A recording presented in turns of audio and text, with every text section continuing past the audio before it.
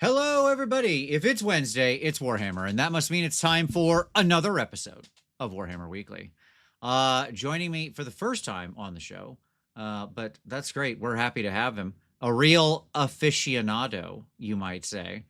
There it is, Dino. You got it. You got it. It happened. Mr. John Anderson, how you doing, brother? Good to have you on. I'm doing well. I'm going to keep a count of the fish puns. We are at 1, my friend. We start off strong. Absolutely. We're battering everybody up. It's fish puns left and right all night. Don't worry. So yes, we are going to talk about Idoneth Deepkin. As you can see, John is reporting live from the Ether Sea. He's ready to go.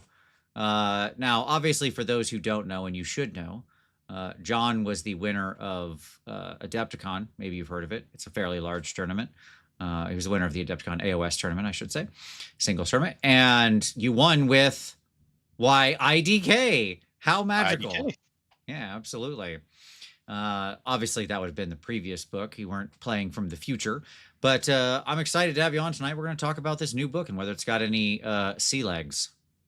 3 pun. I think we've got a lot to talk about. That's for sure. Absolutely. We'll get into it, but of course, first we've got all the normal stuff. As people are streaming in here, at the beginning of the show. What? No check mark for that one? Come on, that's like close. That's adjacent. 3.5. All right, I'll take a half mark for that one. Okay, I accept the terms. All right.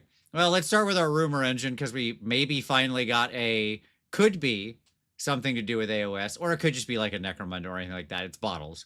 It's a bunch of bottles hanging off of something. It's bottles. Great. Fantastic. Okay. Well, that's that. All right, great. So anyways, yeah, this is one of those rumor engines where it's like, yep, I know exactly what it is, and it means absolutely nothing. Okay. But the real big news is that next Friday, July 18th, for the 10th, basically this is for the 10th anniversary of AOS, although they're going to talk about other games too, because I guess we just needed an excuse to do a preview.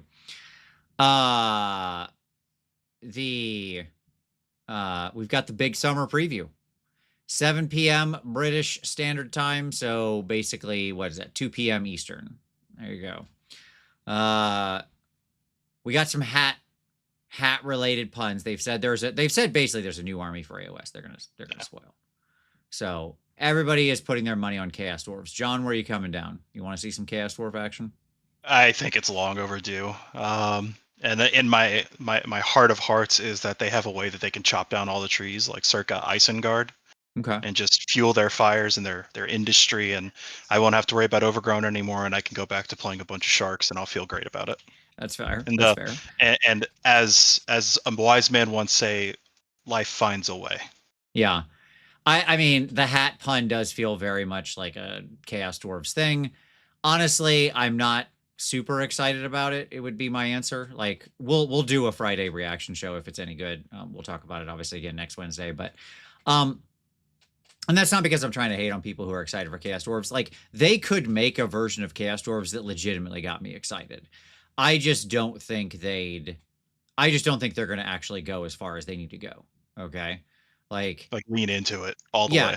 It needs to be truly wild, right? Like, they need to have like infernal machines like crazy, right? If they go that Total far, War. Sure. Yeah. And beyond. Right? Like, they've been sitting there hammering away in the 8 points or whatever forever. What wild things do they come up with? Secondly, it's just going to make me angry that they get a bunch of new machines and Skaven get nothing. The true technological geniuses of the mortal realms.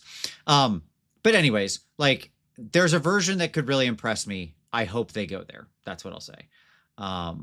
So yeah, and I would expect we'll also see hopefully stuff to like finally the stuff for the next books, because we know we've got like more books right on the horizon.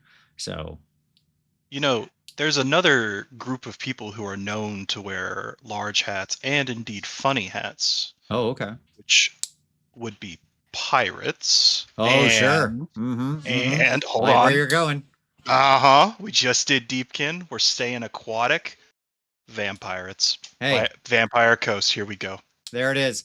Yeah, I mean that's part of my thing. Like I do. It's not that Chaos Dwarves aren't fine and fun. They are. I do think they fit better in the old world than they would fit in the Mortal Realms. But and I think they'd be really cool in the old world.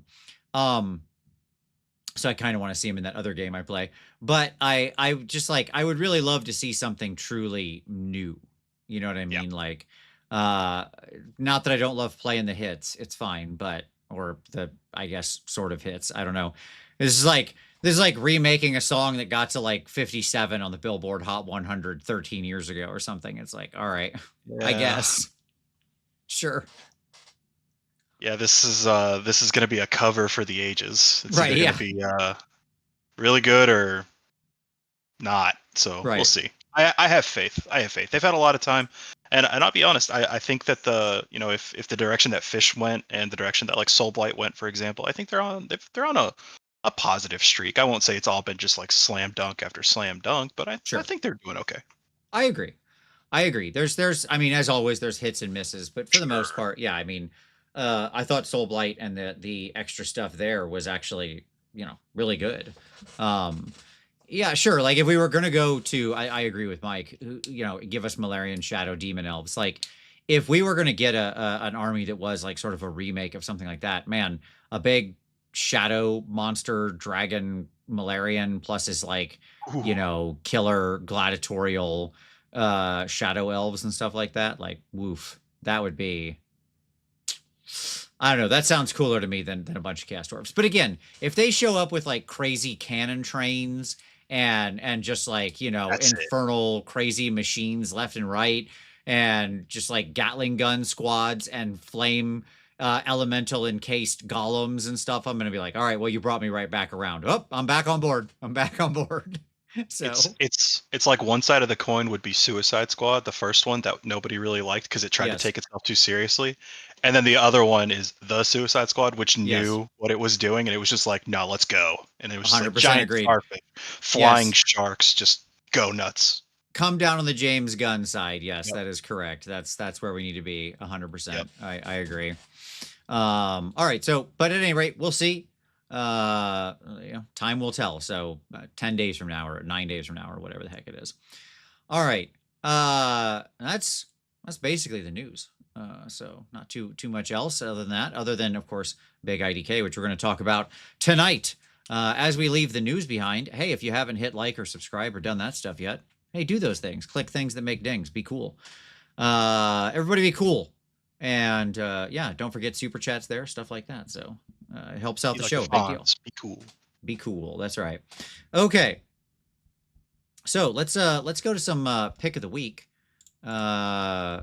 John, what would you like to share with everybody? What would you like to spruik? What would you like to video, blog, anything like that? What do you want to share out there? Yeah, I think I got a good pick of the week. So my pick of the week Ready? actually goes out to the young Fred Schmidt who just moved out to the West Coast from the Southeast. He took it upon himself. We over the time since the COVID days, long in the past, TTS has really become a resurgence for where a lot of us play our games, play our tournaments, do teams events. And one of the complaints that we always had, that we always just kind of like muscled through, was that we as North Americans, Canadians, United States, Mexico, South America, we always found ourselves having to play on like EU time zones, which Sure. generally ended up meaning that we were playing at like 3 a.m. on a Saturday. Well, we're all addicted to Warhammer, so we were going to do it. Well, finally, Fred took it upon himself to start up a thing called Leaves and Stars, and it's exclusively North America. And the guy had, I think, like 18 teams sign up, and it's eight Wow. people a team. So he had all kinds of representation. It was really awesome to see all parts of the country and Canada included. So I'm really happy for him. I'm really proud of how he's doing. And I think that he definitely deserves the shout. That would be my pick of the week. Beautiful. I love it. That's fantastic. For myself, if you can't get enough IDK content and you want to see even more of John talking about stuff, well, then I'm going to recommend you over to AOS Coach, who did his IDK preview with John. John's working hard this week. Everybody, John, I'm sure you got hit up all over the place. People were just like, I hit you up later than I know Coach did. He was way out and ahead of me. He's a better scheduler than I am. And so Yeah, everybody was. yes, exactly. So look, John is the guy we all went to, but look, yeah, there's lots to talk about with IDK. So check it out. Coach's show will be linked below. Do go hit up his channel, give him a subscription. We got to thank him, as you'll see in just a little while, for his contributions to tonight's show. Coach is here in spirit with us. Yes, yes. Limited, of course. So thank you, Coach, in advance. All right. You could say it was a shrimp-sized contribution. Yeah, absolutely. Yes, yes. We went. Look, we went fishing. We pulled a mighty haul back of screenshots from Coach. That's what was Indeed. there. Yes. Okay. So with that, let's talk about a little hobby time. John, what you painting up? What's been on your desk, buddy? What you working on? So I guess this is probably the only downer segment that I'm gonna have to give you. That's okay. Yeah, so when we just recently we got down to Houston, we moved down here about a month ago, and unfortunately the movers must have not been fans of Deepkin. About all of my Deepkin that are not the turtle, the sharks I played at Adepticon, and my Eidolon are in about 6 pieces each. Oh my god. My blue turtle is in about 5 pieces. None of my sharks made it. My kings are all been snapped. Techless is off his base. So I've been having to glue everything back and deal with that. So that's been my, unfortunately, no painting. Lots of reassembly though. Lots of resurrection magic. So that's okay. That's okay. That's not. We're not going to hold that against you. That is unfortunate. I'm sorry you had to go through that. That sucks. It's stuff happens. Accidents occur, and I don't think it was malicious by any means. Sure. So, well, another day. Another day. Hey, there you go. For myself, I've got sort of 2 things I was working on. I'm working with some new paints here. You'll see a review coming probably far in the future. But I've been playing around with a bunch of different stuff. Specifically, I've been playing around with these P3 paints right here. So giving those a try. And they were nice enough to send those out to me. So I've been giving those a look. I like them, short answer. But we'll do, there'll be a full review coming in the future. And I'm still working on my big project. So right now we've got her right there. So that's where she's the current one, the sort of girl out of this project here. There's the guy. She'll be in front of him right there. So all in all, it's still a lot of hours into it, but it's a big competition piece. So that's what you would expect. But it's coming along. It's coming along. So I also played around with a little Skaven boy back here, little Giselle. But specifically, what I was doing with this little Giselle was testing something brand new. Let's call it a little different way to paint that you might see on the channel in the future. Yeah, we're gonna have a little trying something a little different. Keep that one as under wraps. But Skaven are always happening in the background. There's always more rats to be painted. So I got to get that's on brand. They're always doing something. They're always doing something. I gotta hurry up and like get all that crap finished because NashCon's coming up sooner than I want, and I'm gonna be up against it painting and or just taking a list that's like whatever nonsense I happen to have painted. That's though one of those 2 things is going to occur, and that's fine. Yep. As a side note, I got in. We'll call it. It's a weird situation. I got in basically 2 games, like 2 full games this weekend. We're gonna call it 2.5 because somehow we had 3. We went 2 and 3 or 2 and 1. Sorry, in 2 games. Okay. So. Okay. Let me explain. You've piqued my interest. Yes. So here's what happened. So this is Brendan and I were playing. He was on the show last week when we were talking, and we were testing out a lot of like our theories around Scouty mobile lists. Okay. So I had like a Slanesh list that I wanted to try first, and then he was running a Sylvaneth list. And that was a non-starter. The Slanesh got their teeth kicked completely in. It was like the battle plan was bad. I didn't play it as well as I could have. Certainly, it was largely on me. because I should have just made different choices. But like, it was my first time trying this particular list on this particular, and the first time playing that particular battle plan, and the first time trying those particular battle tactics. So we learned a lot. That's what we're saying here. So the Sylvaneth kicked my Slaaneshi teeth right down my throat. That's fine. Then we went to game 2. He wanted to try Slaanesh because he had a different Slaanesh list that he wanted to try for the same way. And I had my Skaven Scout, I move 7 times in your turn list. Okay. Yeah. And let me just say, that list, great, fun. Here's what happened.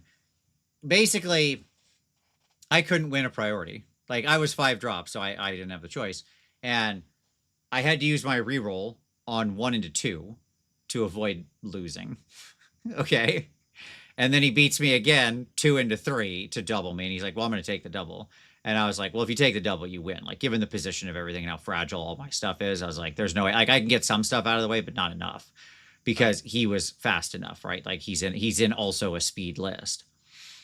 And so I said, all right, look, let's just say you won this one. And then let's imagine we played another game up to this point, and let's have you not take the double, right? Yeah. It's good practice. Right, exactly. So, like, if we're in this situation and you don't win priority, how does the rest of the game play out, right?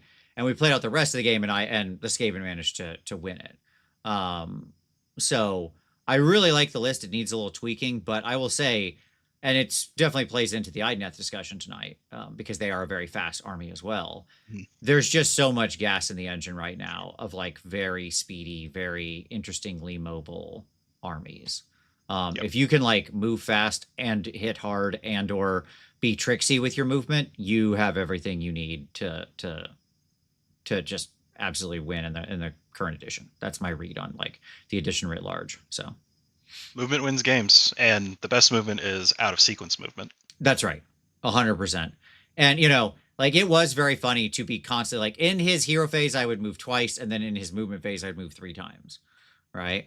And so like it was just very hard to pin down any of my stuff. Like Yeah. at the end of it, I was never able to recall a unit of night runners because they never died. They never got caught. They were just always running away and doing things. So like I Suffering never from had success. to, yeah, exactly. I never had to recall one. Which is fine. But yeah, overall it was a really good game. So I think that I would take it, like I ended up, if I did it again, I would switch battle tactics around. Like I think I'm honing it in. So it's Mhm. good. Sadly, I'll never play that list at a tournament because I'm not going to paint a bunch of night runners. That's just not That's happening. fair. Brendan's also a good person to play against. I've heard he is acceptable at Age of Sigmar. Yeah, he's okay. He's He's okay. okay. He's okay. Yes. Absolutely. All right. Well, enough of all that. John, are you ready to get together and talk about Idoneth Deepkin, this new one? Are you ready to go under the sea I'm ready to go under the and talk sea where about this new everything's book? wetter and That's everything's right. better. That's right. Okay. So, IDK. Let's start. I put together a little summary. I'll be interested to get your take on it. Dino, there was a question raised. Dino, other big IDK fan, Konstantinos, from over in Sweden, who's actually currently in Greece right now, but he asked a question, and I legitimately don't have an answer. He's like, "Why doesn't anybody ever paint IDK models on like in hobby tutorials?" There's like very few IDK hobby tutorials out there. And I was like, I've never done any. And like thinking on other people's content creation, very few people paint these things. Like it's not zero, but it's not high. And for an army that you'd think would be a pleasure to paint, right? Like they're very pretty. And I don't have an answer to that. So I don't know, Dino. That's the answer. Yeah, Um, my only response that I think that I could knee jerk out would be to say that it could potentially be a little intimidating. Like you see how the sure. box art, or you see how the limited people that have attempted a Leviathan, like in the picture behind me, and then you get into painting Leviathan, you get the shell down, but then you need to go and do shading, you got to do line work, and then you start realizing that like each of these shell segments has 7 to 8 lines that you have to Right. very carefully do, otherwise it looks bad. And that's the only thing I could think of, is that maybe it's just a little intimidating, because of course you don't want you don't want to spend a lot of time and make it look, well, bad. You'd like Sure. you'd like it to look good. And so you know, I think that's probably that would be my only read on it. But the counterpoint to that is when I painted my turtle, the turtle that lived through the move, because I had him here already in Texas. I mean, I painted him. His shell was Abaddon black, and then I went afterwards with some layer paints, and I went to each of his shell segments here, and I did hash marks, like with Sure. the leatherback sea turtles. And it looks great. It didn't require a lot. I didn't have to do line work on it. It looks pretty good, all things Yeah. considered. Now, to be fair, I have Helldrake cannons strapped to his stomach, and that's mostly because it's supposed to be a Mad Max party barge, but it's Sure. also because he rides on those, so he doesn't have to sit on his fins. So that's really the Yeah. only thing I could think. But Yeah, I don't know. I got to go with pretty, Dadbod in the chat, who said, "Isn't it lore accurate to forget about them?" That's what it is. We all looked at him and then forgot, and we're like, "Oh, we were going to paint." yeah. No, it's gone, just out of your head. So I've never seen these models before. yeah, that's right. That's right. Okay, so here's my summary of the book. New book. So let's talk. We're going to be talking about just boop boop. We're going to be talking about this tonight. So That's on pre-order. oh my god. Okay.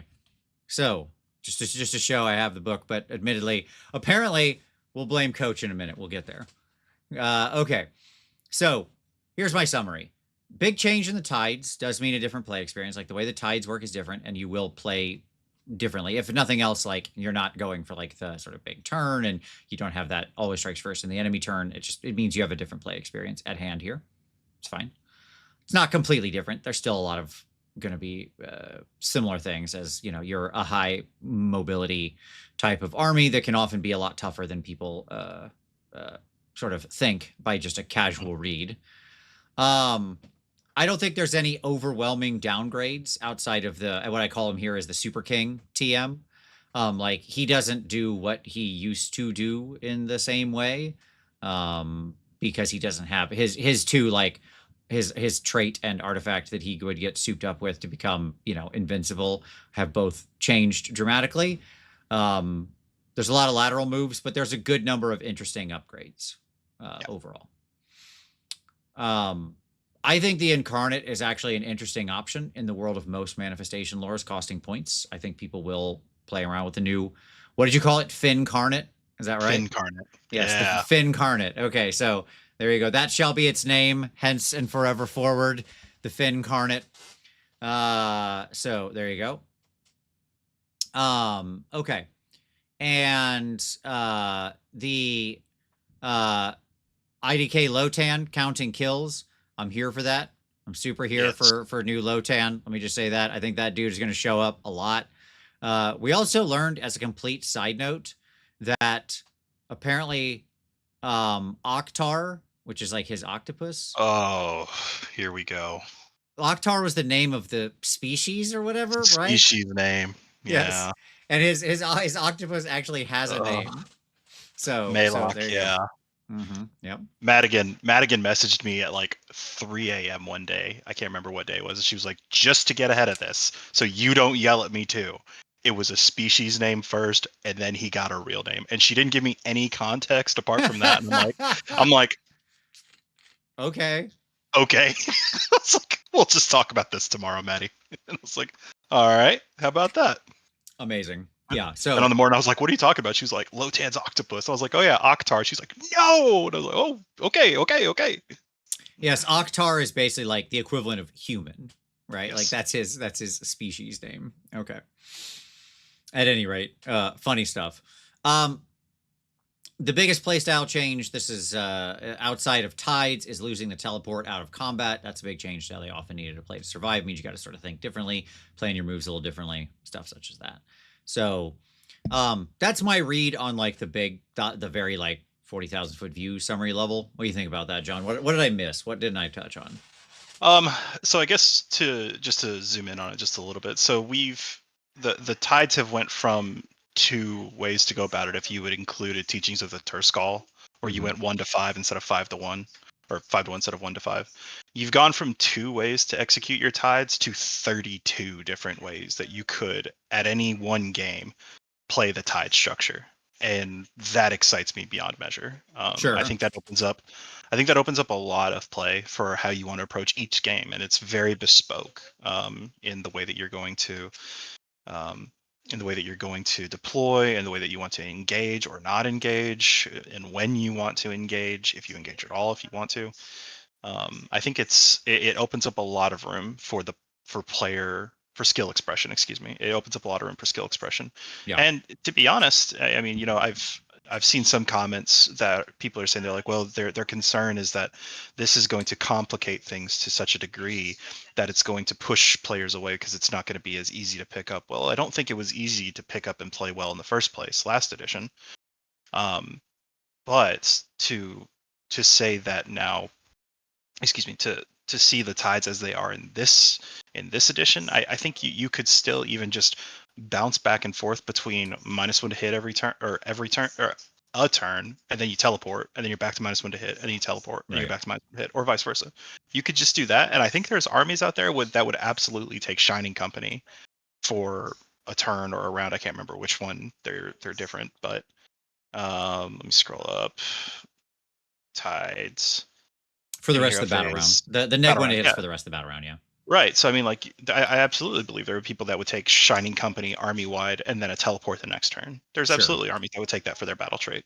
Sure. So if you don't want to be like, well, I'm going to go to the second tide here, and then I'll go to the 3 in the next row, or I'll go to the first one, then 3, then back to 1, or however you want to do that.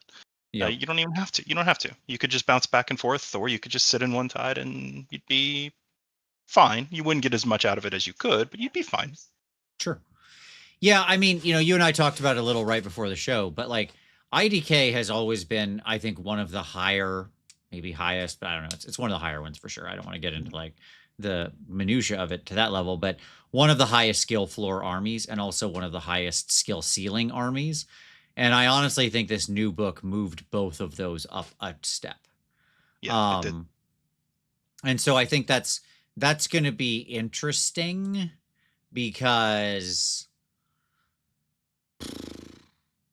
like I this have a side question for this, but yeah. yeah, this is already not a huge like meta pick rate army because skill floor was high, and I think like in the hands of a player that isn't like frankly a very good player, you're not going to do very well with the army. Like I think it's a hard army to play and kind of make the right decisions. It doesn't sort of just run on autopilot, right, and just like Mhm. win by virtue of kind of overwhelming strength or something. So I think that's going to be a challenge for it. That's basically my belief.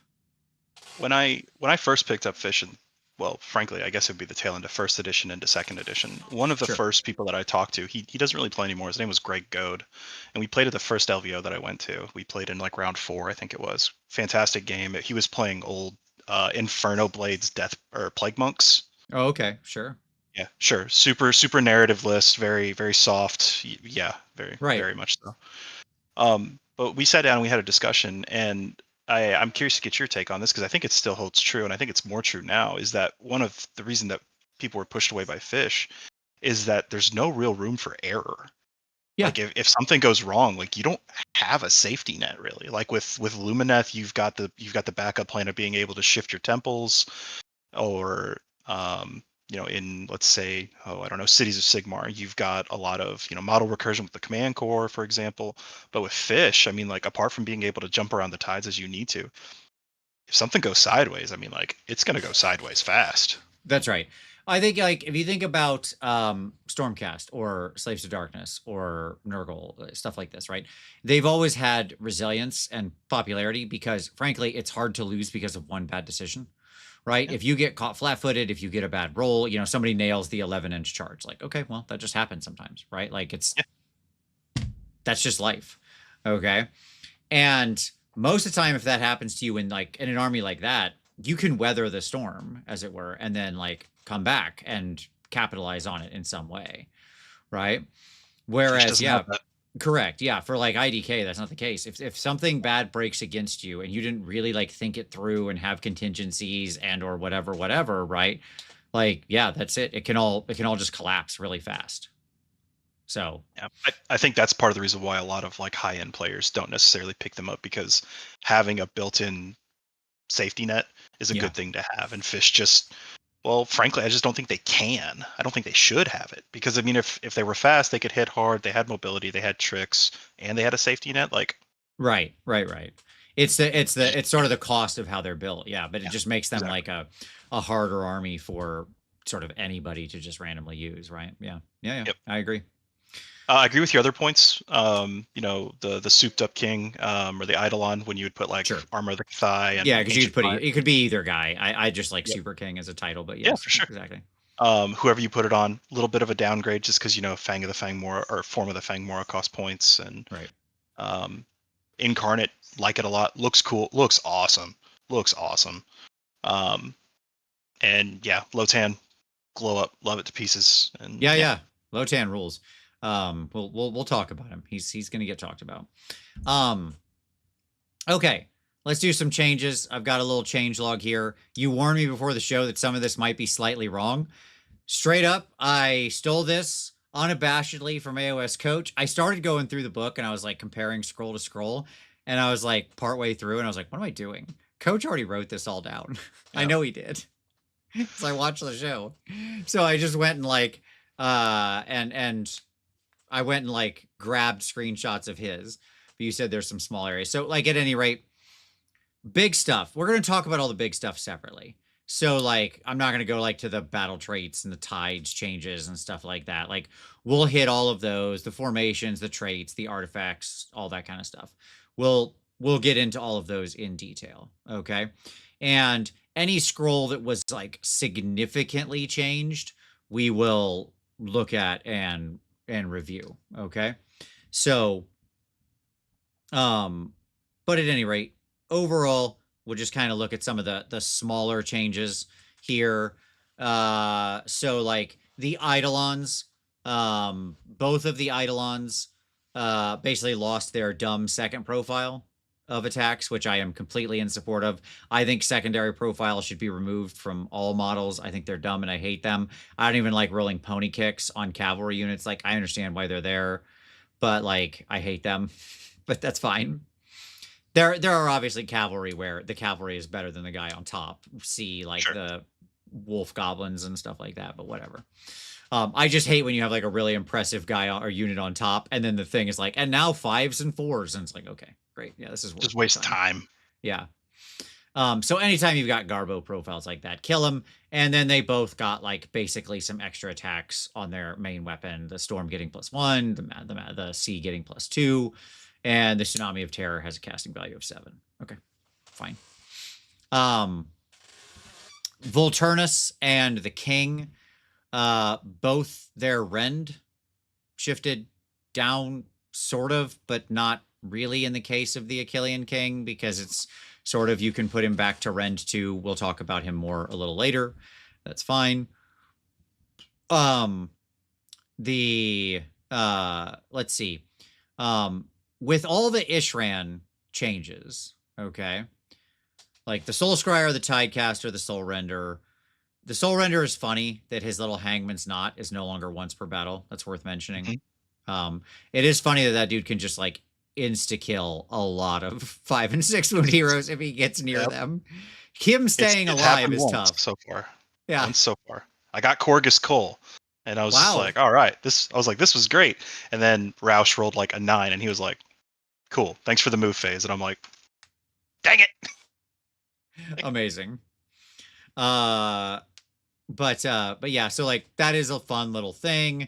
The Tidecaster didn't, again, not no real change, so that's fine. The Soul Scryer had some big changes, but we'll talk about him in a little more detail later.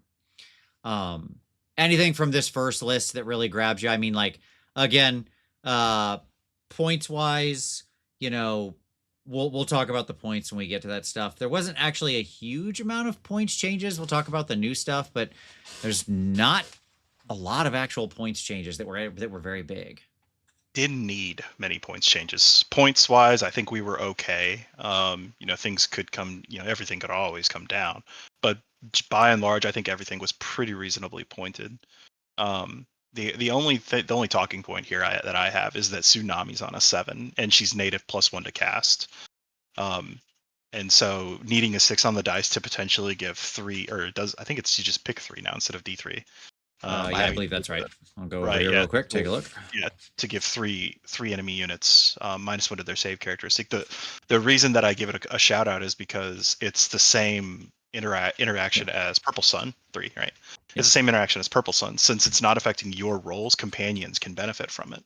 Right. Because it's affecting their save characteristic. So your eels now are Ren 2, your turtle is Ren 3. So it's like it's good. I think it's pretty good. Yep. Everybody else is lateral. Everybody else is lateral, if not like a little down. Like the Ishlayan guard lost anti-infantry, but you didn't really bring them for anti-infantry anyways. You brought them to be a pseudo bodyguard in a world that doesn't have the bodyguard battalion rule anymore. So, yep. I would say everything's lateral. I agree. Just for clarity, like Volturnus is 230 now. The Tidecaster is 120. I think those are the two from this that are the most sort of relevant here. Okay, let's look at the second tranche of changes. By the way, don't forget, thank you again to AOS Coach. He will be linked down below. Go give Coach a sub. Go watch his stuff. Coach is a hero, and he puts so much work into these presentations. The man does so many presentations for work and then gets home and just does this. I get my fill. I spend all day working in PowerPoint. I get home and I'm like, if I get home, I mean, turn from here to here. So, True. But you know, and I'm not here for it. Okay. Lotan, we'll talk about him. Big changes. We'll get into it. Mr. Lotan, he's got some stuff.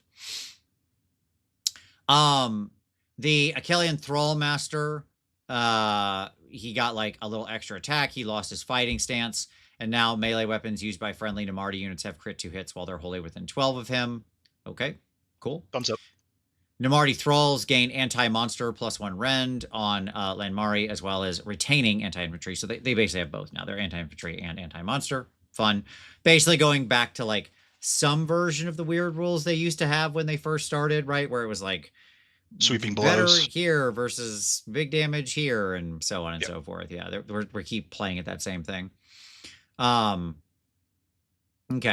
and then yes, they can also give the enemy unit -1 to wound, which is good. Morsar Guard are now anti-cavalry instead of anti-infantry, which I like. I don't think there is enough anti-cavalry in the game.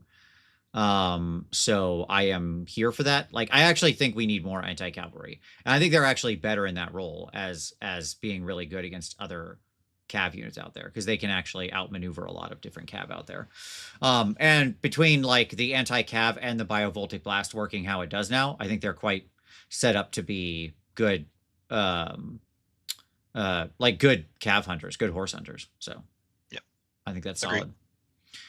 They'll spend a lot of their time probably honestly chasing down and killing like 5-man cavalry scout units.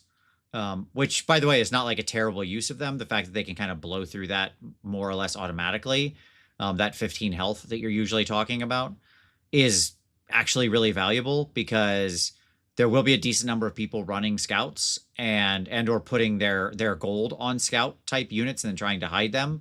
And the Morsar have a pretty good ability to actually go hunt them down and kill them fast and efficiently.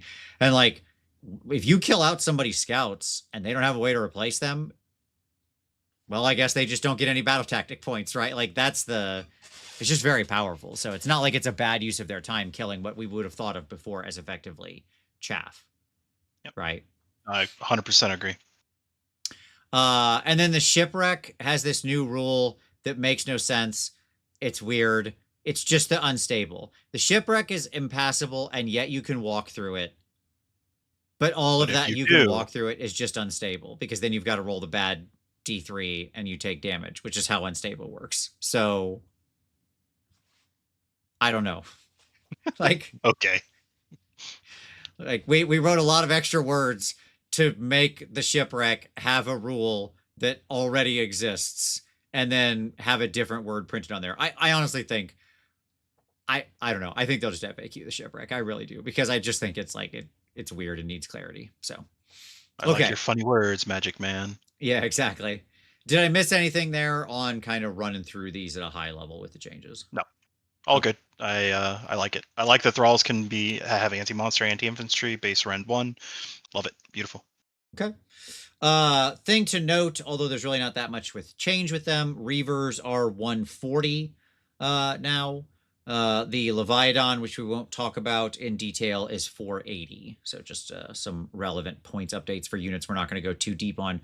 Before we get into the individual units, John, Mhm. are there, what do you think of thralls in, like, let's expand this a little. What do you think of thralls and reavers, so Namarti as it is writ large? The How are the you thinking Namarti about them in party. your, the Namarti party? Yes, how are you thinking about Namarti party uh in the current world? I think, in my humblest of fishy opinions, that we are currently in a meta that encourages play of 8 to 9 to 10 small units that are Agreed. littered around doing tactics, sitting Yep. on circles, standing and obscuring.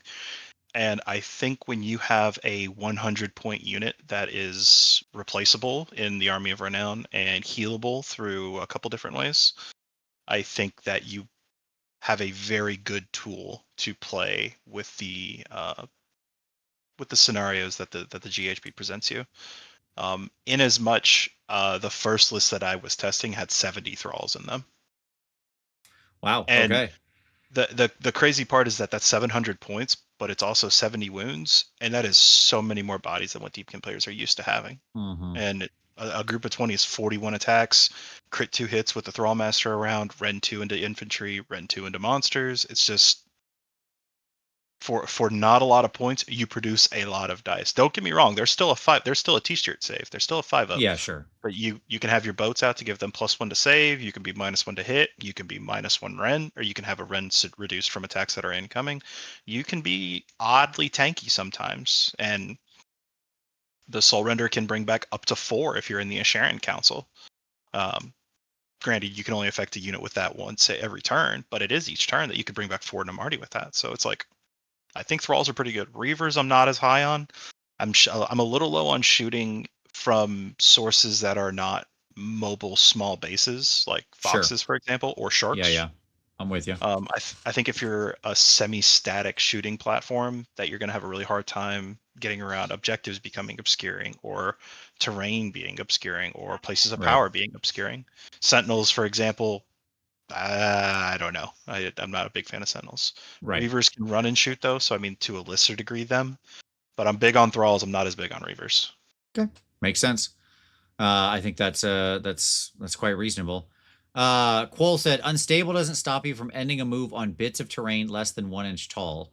Yeah, that is true. I guess that is an actual difference, but like, boy, that there's not a lot of that boat that's less than 1 inch tall. But I guess yeah, you could kind of be like, I suppose towing on the side of the dirt on the side. I don't know. That's like, there's not a lot of that boat that's less than an inch tall. So I'm not sure If if it it's materially changes anything.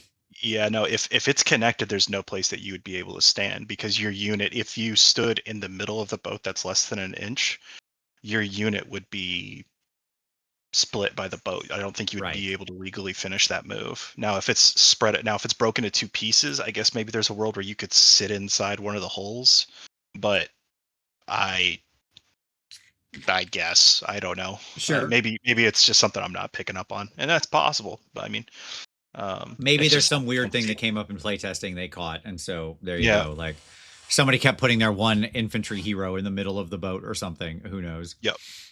Can't be Okay. charged now. Oh, okay. Right. Yeah. Um, it's probably something silly like that. But at any rate, um, I would have still thought the easier way to do that would have been to give it unstable and just say, and put the rule in that says you can't end on any part of this instead of, but okay, whatever. Anyways, doesn't matter. Who cares? They made the choice they did. All right. So let's get into the rules. Okay. Mhm. All right. So first of all, yes, of course, we begin with the biggest change in the item. Yeah, assistant ref, like I said, maybe you're on like a little bit of sand on the side, but like again, I don't know if that's like the biggest deal, but sure. Um, okay. So we have new tides. It's important to understand how these work because it does work, I don't know, somewhat strangely. At any rate, Once per battle round, you're using these in your hero phases, right? You can use a title ability from either the Tides of the Sea or the Tides of the Storm. If you do so, you unlock the next ability in the same column in the next battle round. You can switch columns at any time, though this resets your project or your progress. So, for example, when you use Concealing Tide, the aforementioned -1 to be hit, right? That basically that didn't charge. So yeah, like the Lumineth ability. You can then in round 2, you can either use Swift Tide, which is the next one down in the Tides of the Sea, or you could use Unpredictable Tide, which is the first one in Tides of the Storm. Okay. And then if you use Tides of the Storm, let's say you jump ship and go over to Tides of the Storm. Yeah, there we go. In round 2, now your choice in round 3 is either Inexorable Tide, right? Or Concealing Tide, because you can go back. Okay, so we all get it. And they all have, like, in the declare, they all have the text that says, like, you can only use this ability if you did not use it in the previous battle round, and you have not used any other title abilities this battle round. So that's the first one. And then the later ones say you had to have used the thing before this, or blah, blah, blah, right? Okay. And so when you progress through all the way, then you can go back up to the top or switch or whatever. Okay. All right. So that's how they work. What do they actually do? In the seaside, exactly, we've got -1 to hit for things that didn't charge. You've got run and shoot or run and charge as step 2 in that one. And then in step 3, you have strike first. Okay. But that is only for the rest of the turn. Yep. Which is an important change. The first 2 are for the rest of the battle round, like the -1 to hit and the run and shoot or charge is for the rest of the battle round, which is important because that that run and shoot or charge does allow you to like redeploy and still countercharge, for example, or those sorts of things. Okay. But Seize Embrace, nope, that's just on your turn, and then it goes away. So yes, you can still get army-wide strike first, but only in your turn. Okay. Excuse me for a second. Sweetheart, you gotta go up and tell her I can't help you. You gotta go upstairs. Okay, sorry, my dog wants, you can see my dog right here. She wants me to take her out. I can't take her out right now. She doesn't know, she doesn't understand the nature of being in a show. She groaned when you read the new High Tide, and I was like, yeah. She wanted that enemy strike first. Yep. On the Storm side, exactly as you said, your step 1 is you have a you pick a single Idoneth Deepkin unit that is not in combat. And you pull them out and set them up 7 inches from the battlefield edge and 9 from enemy units. And then you've got Inexorable Tide, the next one, which is -1 to rend. You mentioned that earlier, again, for the rest of the battle round. And then for Storm's Wrath, your final one, you have friendly Idoneth Deepkin units. Melee weapons have crit mortal for the rest of the turn. Oof. So, I mean, going to step 3, again, that one is also limited only in your turn. Yes. Yeah. Sweetheart, come here. Come here. It's okay. This dog, I swear to God. All right, you talk. What do you think? Okay. Tell me what you think, John. Yeah. Yep. So first off, I like this change. I campaigned for anybody that would listen, from everybody from a random opponent at an RTT to Matt Rose himself. I would tell them that no one likes High Tide. Sure. Deepkin players don't like High Tide. Deepkin opponents don't like High Tide.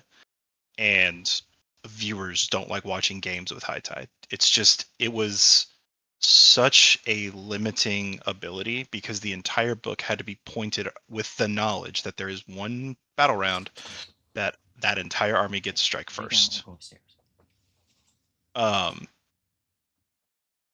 And no, that wasn't me. That wasn't me whining. I promise. No. Oh, I'm so sad about the strike first. No. I'm quite happy. Now, to be honest, I wish it was completely gone. I don't know. Sure. Maybe you could pick like three units get strike first. Even that Sure. I think would have been fine. But Yeah, regardless, I don't. I'm nonetheless. not sure if materially there would have been much difference there in most games, but sure. Right, exactly. Nonetheless, so being able to switch back and forth, I think opens up a lot of options for Deepkin players. And in some of the games when I was playing this or playing lists and testing and seeing what worked, what didn't work, what I liked and what I didn't like, there were a lot of times where I would be going into around 3 or 4. I would be approaching the culmination of the tide, whether it's crit mortals or strike first, and knowing that it's just from my turn. You don't have to determine this until after the priority roll is made. Right. So you could lose the priority roll and you know that they're going to take the turn. And if you think that they're going to be able to lift off enough of your army before you get the chance to make use on the strike first or the crit mortals, it's not going to feel great. But you can just switch to being -1 to hit, or you can switch to having a teleport if you need to. Now, of course, the teleport's just in your hero phase, but nonetheless, you would still have the ability to, pull something of a ripcord to be like, okay, well, we're not going to run the risk of having to commit to a strike first turn when we're not going to get to do anything for another entire turn. Or you could win Right. the priority roll, go straight into a Season Embrace or in the Storm's Wrath, and then you're off to the races, and it's going to feel really good.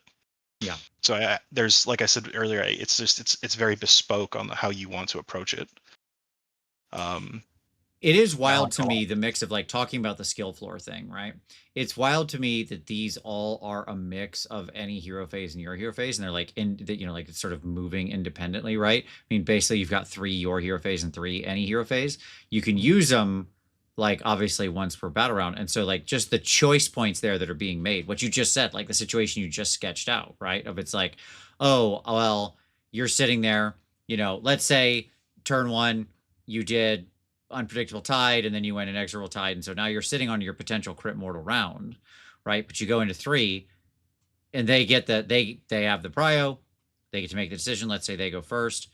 Like it's wild to me that like you can just as you said, just like okay, in their hero phase, they're gonna do their hero phase stuff, and then you're just be like, okay, I switch my thing and go to concealing tide, so I'm neg 1 to be hit, like, and then you just do that, right? Yep. And it's it's such a choice point. I see a lot of people just forgetting. You're right. Right? Like good players Um, won't, but a lot of players will just be like, "Ah, crap, hold on, wait." That's going to be a very common thing that's said, right? It's going to be in like their movement phase or something, and you're like, "Wait, could I wanted to switch my tide." Okay, so right. No, it's good. I think that going from what was effectively in the last book a decision like twig to a full decision tree in this sure, book, I think that's a good change. It's not going to be for everybody. I mean, just like full disclosure, it probably won't be for everyone, but I think for the people that enjoy it, the people that like that challenge, they're going to get a lot out of this. yeah, I agree. I think this is better for sure. I mean, like as far as from a player and a play experience perspective, but you do need to drill with this more, Yeah. right? To understand how to get the most out of this. This has such a high ceiling as to what you could draw out of it if you sort of have the ability to think ahead and like how is your army going to Mhm. be moving, what are you going to be doing in future rounds, what battle tactics you're going to need to be completing, so on and so forth. Like if you can see the whole picture, it's so much you're going to be able to get so much more juice from the squeeze of this than if you're just Yep. like reacting, right? And not The thinking other about it until thing it comes time to choose. Yeah, the other thing to think about is that in the current book, well, excuse me, in the last book, I can say now, thank the Lord. In the last book, there were many times where the Deepkin player would be able to approach a game and just have almost, uh, I call it Moneyball Warhammer, where you have like what you're doing every single turn. You're scoring this tactic. You're Sure. doing this. You're doing this. The You're old doing this. Sylvaneth thing, right? Where it was just like they Exactly. set up, they just ran a game plan. Yep. Exactly. And the reason that you were shackled by that is because while it's true that you knew what you were doing with your cover tide, you knew what you were doing with your run, shoot, and charge tide, what you were doing with high tide, so did your opponent. Right. There wasn't this big mysterious outplay at in day twos when you would play people that have played Deepkin before. And as a Deepkin player, it's your responsibility to tell your opponent, be like, hey, BT dubs, round 3, I could, in the last edition, I could just have army wide strike first. Just be aware, please. Now, you might not ever actually get to it. With Right. 5 rounds, you'll never hit the crux of both tide tables. Right. But to be fair, you might not ever hit either crux. I mean, Right. I mean, in my humblest of opinions, I am absolutely okay with going unpredictable tide, inexorable tide, concealing tide, swift tide, back to unpredictable tide. I am fine with that. Sure. And there's no one size fits all either, and that's the reason that it's beautiful, is that it's not like a, well, I know I'm gonna have to do this and then this and then this. No, dude, just react. Like it is reactive in that, like, okay, this is, they just bombed this 11-inch charge. I'm gonna need that -1 to hit. Switch over to it. Boom. Yep. Yeah. Assistant Ref said, on the other hand, this new tide system feels much less like an actual tide coming in and out like it used to. The inevitability of the old rule was satisfying in terms of what it represented. I think that's fair.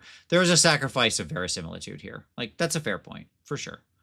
Amsterdam, I don't have pictures of those taken. Like, I can kind of hold up the book for a second or whatever, or talk about it, but I don't have any pictures of Path to Glory taken because I have no idea how to evaluate anything Path to Glory since I don't play it. Sorry. Okay. Let's talk battle formations. Can I counterpoint? Can I counterpoint Assistant Ref actually? Go for it.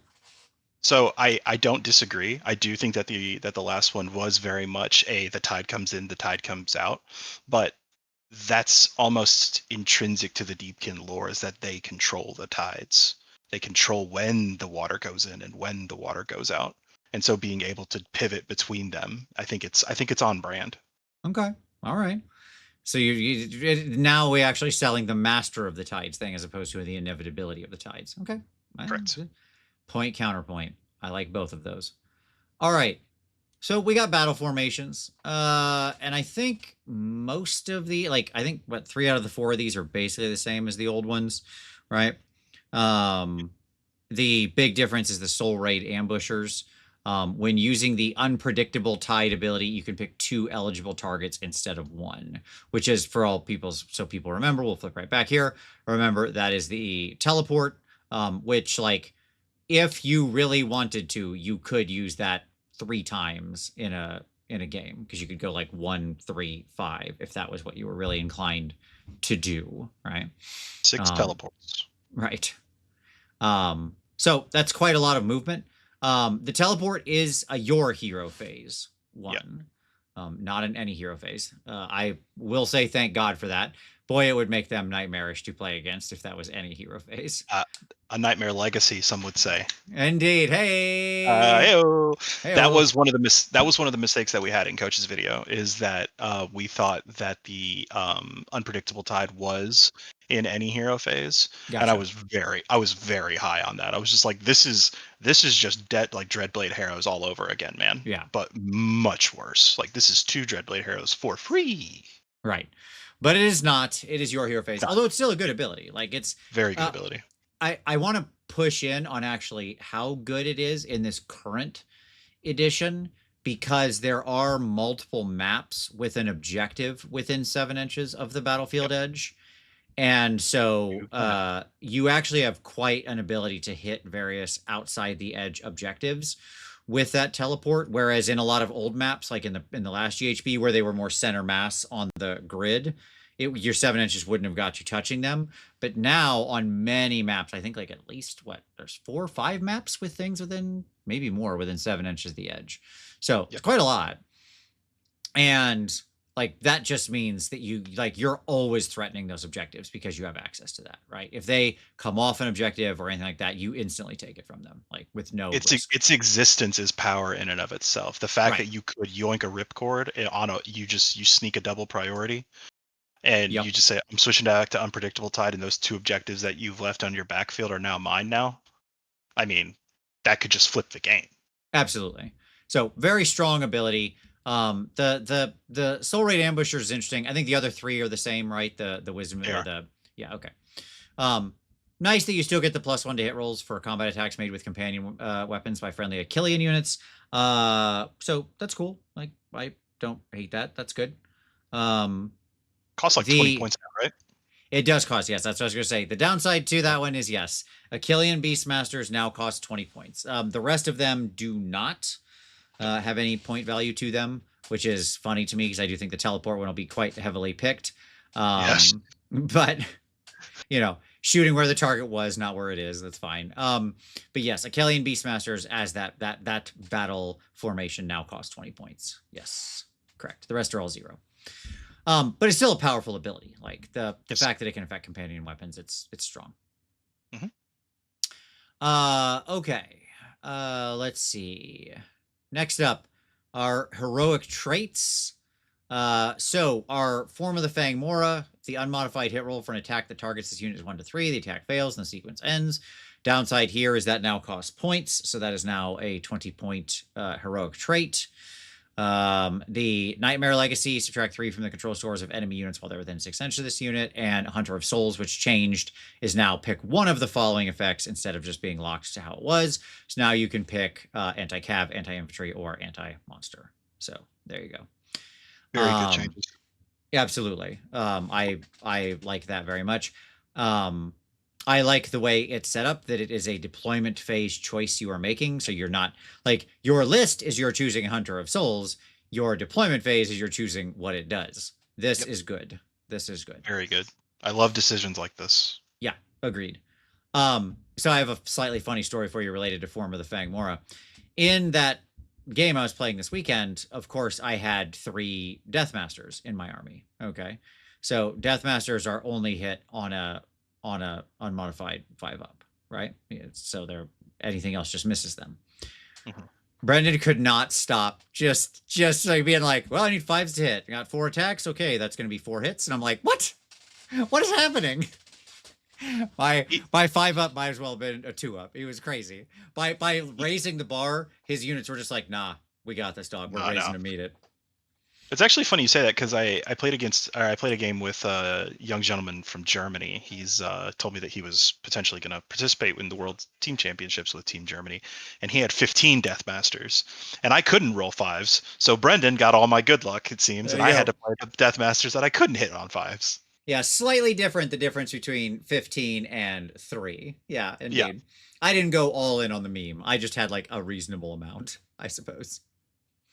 I do own like 6 painted Deathmasters, so I could go harder, but there you go. Okay, so all in all, good stuff here. Artifacts of Power. The big change, obviously, is the Armor of Sithai, which, by the way, does not cost points because it does something completely different now, just to be clear. It would have had it still had its old version, but it does not work like it does. Not even close. If this unit has not charged this turn, subtract 1 from hit rolls for combat attacks made by enemy units while they're in combat with this unit. So it's only melee, and it's only if they didn't charge, and it's -1 to hit. Not terrible, but not even in the ballpark of what it did before. Like, my God. Before it was such a cool, unique ability. It was, but like, man, it was cool. Like, let me rephrase. In conjunction with Ancient Pride, it was just so good. Like, no 6s. I would have liked to see some version of it stick around a little closer. Maybe it would have needed to cost points something, but I don't know. I'm sad to see like a unique ability like that go, but whatever. I mean, okay. And then your Life Kelp Pod is your big heal, D3 for everybody in their combat range. So not a big range. I would have liked that better if it was like within 12 or something. It's not a huge heal, frankly. But it is any movement phase, so I don't hate that. That's good. It's happening at a good timing, which I appreciate. And then your Drit Leech. Sure, what he said. That's exactly what I said too. We all heard it. Subtract 1 from casting rolls for enemy wizards while they're within 18 inches of this unit. In addition, and this is the new part, each time an enemy spell fails after that ability has been resolved, heal 1 this unit. Okay. What are you taking here? I have 2 notes here. So 1, I will never call it Life Kelp Pod. I am calling it Delicious Morsels. I don't know why it was changed, but it was called Delicious Morsels. It did the same thing. I'm calling it Delicious Morsels because it sounds much cooler than a Life Kelp Pod, because I don't know of any eels that want to eat kelp. Eels want to eat meat. So eels eat meat. Fair enough. I accept your terms. I think that Delicious Morsels is good. So I think that you utilize it in a similar build to like we saw late last year, where we saw a lot of like turtle bunkers. Now, turtle obviously won't be able to benefit from this, but if you put that on, say, I don't think you'd put it on the Eidolon because I think you'd run out of points too fast. But you could just put this on a base king because the king is pretty cost effective. Yeah, and he has a very good rend ability now. You could still play the turtle bunker with this and have like sharks on your back wings, Ishlian guard on your front, and you're going to be able to reasonably have a pretty reliable bunker. A 4-up, 5-up heal D3 every move phase is pretty thick. It's quite good. I like that. Yeah, I think it's the timing of it that makes it worth it. I would like this a lot less if it was like end of turn or something. But Oh that yeah, that no. that combat range is like just it's a tight circle, but fortunately you like because it's a movement phase ability, you can like kind of get to where you need to be and then Move, trigger heal. it. Yeah. Yep. Agreed. Exactly. Dritch Leech is a little odd because, and I do want to get out in front of this. So if anyone goes to the glossary in the back of the GHB or in the app and they read the definition for unbind, it does say that if you unbind a spell that it fails, this does not trigger the Dritch Leech. The Dritch Leech is simply if they do not successfully cast their spell. I did run that by Maddie. She confirmed it. She was like, "Listen, there are 3 states that prayers and spells can be: successful, unsuccessful, or failed." And prayers would be successful, unsuccessful, or your god wasn't listening to you, I suppose, at that time. Right. So I do just want to say that, like, just because you unbind a spell, the spell has failed, but the spell didn't fail. The spell was unbound. So just yes, it was successfully cast and then unbound. correct. I just want, because I know that I saw in the coach Discord that somebody was just like, well, in the glossary it says that the spell failed, and I'm like, it does, but the glossary is not like an actual rule source. It's just a condensed list of terms. Right. But it's in the GHB, so I could see why some people would be like, it says it right here, it fails. So don't go to your local TOs and be like, it says this, let me heal my idol. And like, no, just play it straight up. So Right on. Yep, makes sense. Okay. Spell lore. We've got our Lore of the Deeps, obviously. Your unlimited spell is your teleport. You get to pick a Deepkin unit wholly within 12 and not in combat to be the target. That is the relevant part here. Otherwise, it's on the battlefield more than 9 inches from all enemy units. So, okay. So, relatively close range teleport thing, but it's the important part being you can't yank them out of combat. That's what matters here. Neither through this nor the other teleport. Like and this is a play change because this was a pretty favorite trick of IDK players was to be like, nope, bye. Countercast, Steed of Tides, I'm out. Yep, exactly. We called it the emergency horse. Yes. It's just like in comes. I picture those like the white horses from Rivendell, right? Just like showing up and just picking up the unit, and they all ride away. Yeah, exactly.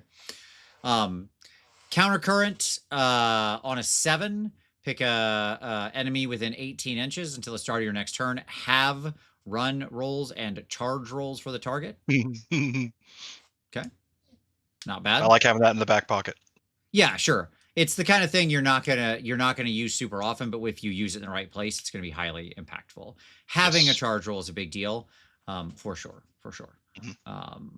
Like obviously turning a 3-inch charge into needing to roll a 6 is a big deal. So, okay, or potentially a 5, whatever. You get what I'm saying. Turning a 3d6 charge into a 1.5d6 charge. Yes, is real good. Yes. And then finally, Pressure the Deep is it's still the same. It's your Horde Sweeper. Yep. It's your Horde Sweeper. Okay. I do want to take a quick detour here. Sure. I like the little lore blurb right here. I like these. These are cool. It's nice to have, like, in the middle of all like the Spike super competitive rules, they just like insert a lore story, and I'm like, that's cool. Thank you. I appreciate that. Nice. I did not notice. I'll be honest. I did not read any of these little lore blurbs. I didn't have that kind of time. But look. I appreciate that he's fighting Skaven and he seems to be poisoned, so that's good. I hope he dies. Sad. All right. Okay. And then your manifestation lore, which is the Fin Carnate, as we've said. The Fin Carnate summons on an 8. And you get to set up an Incarnate of the Deep wholly within 12. Visible to them and more than 9 inches from all enemy units. So there you go. Cool. I like the Tidecaster like half T posing here. Very nice. Look, that art is incredible. It's incredible. Ain't it, dude? Yeah.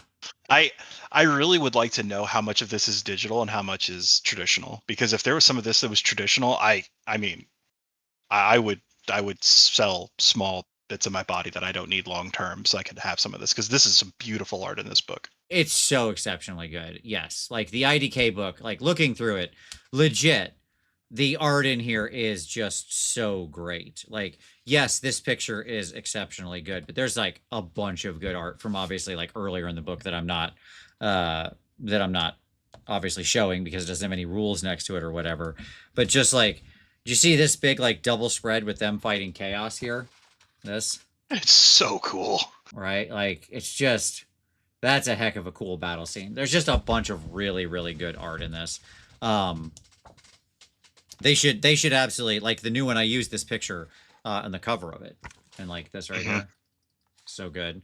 Um, anyways, yeah, There was there's a one that bunch. had like a thrall going toe to toe with a chaos warrior, and I'm like, "Oh, buddy, hold on, like, you're batting above your league. Hold on, buddy. Like, let's dial it back, brother. Like, let's He's not go that look. far. You never know, okay? You never know. All right. I mean, Nothing can uh, stop a thrall in a dream." That's right. That's right. Um, I had like I had a little way back in the day. I had a little Catachan soldier back when I played 40k take down a Avatar of Cain. So miracles can happen. Ooh, that's true. Okay, we'll talk more about the incarnate when we get to the actual scroll. Yeah. So, all right. So now let's talk about let's move to some actual war scrolls here. Okay. All right. The scrolls. So we started here. I really took this page because of Lotan, but we can also talk about the Achillean King real quick. He's, charge +1 damage. You might look at that initially, that rend 1, and be like, oh, I am sad. Okay.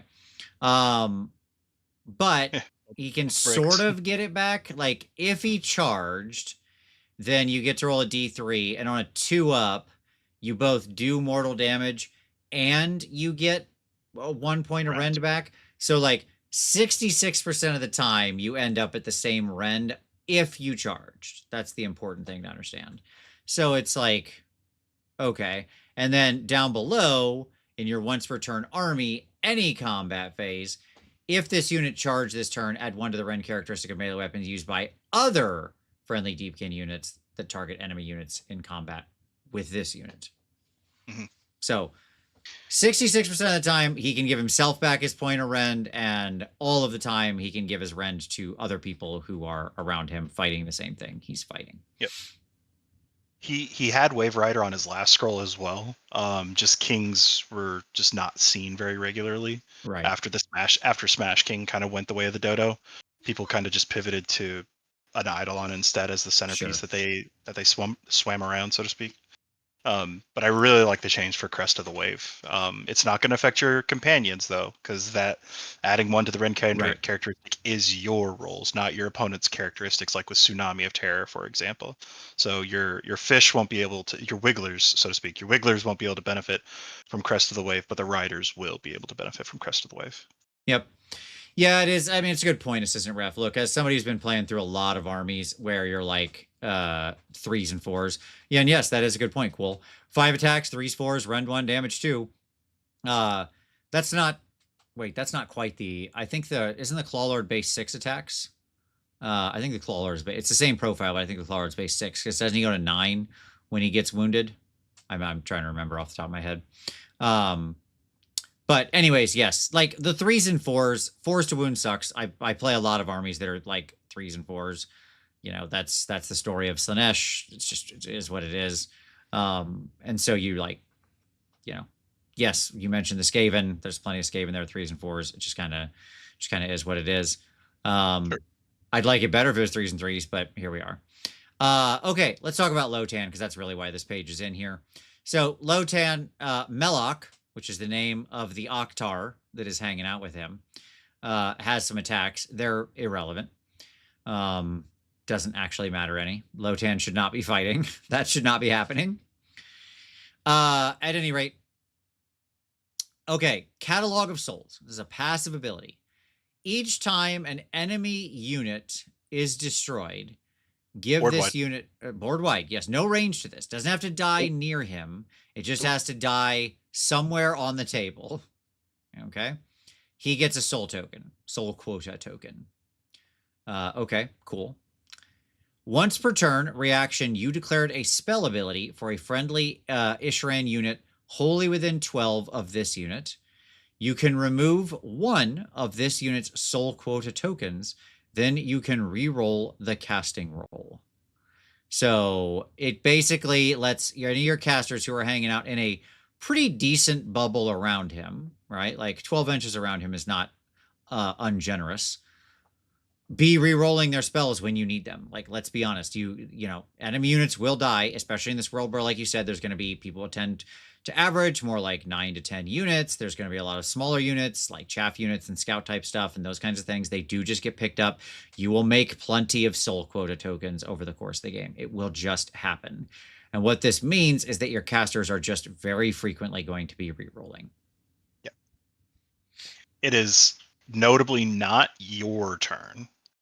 That's right. That is a once per turn reaction. So you countercast. If you don't get it off, you could use a soul token to, excuse me, let me rephrase. I'm calling this water tithe instead of blood tithe. Sure. So we're going to call this water tithe token. You get to take one water tithe token and recast. So. Yep. And yes, importantly, Lotan is also Wizard 1.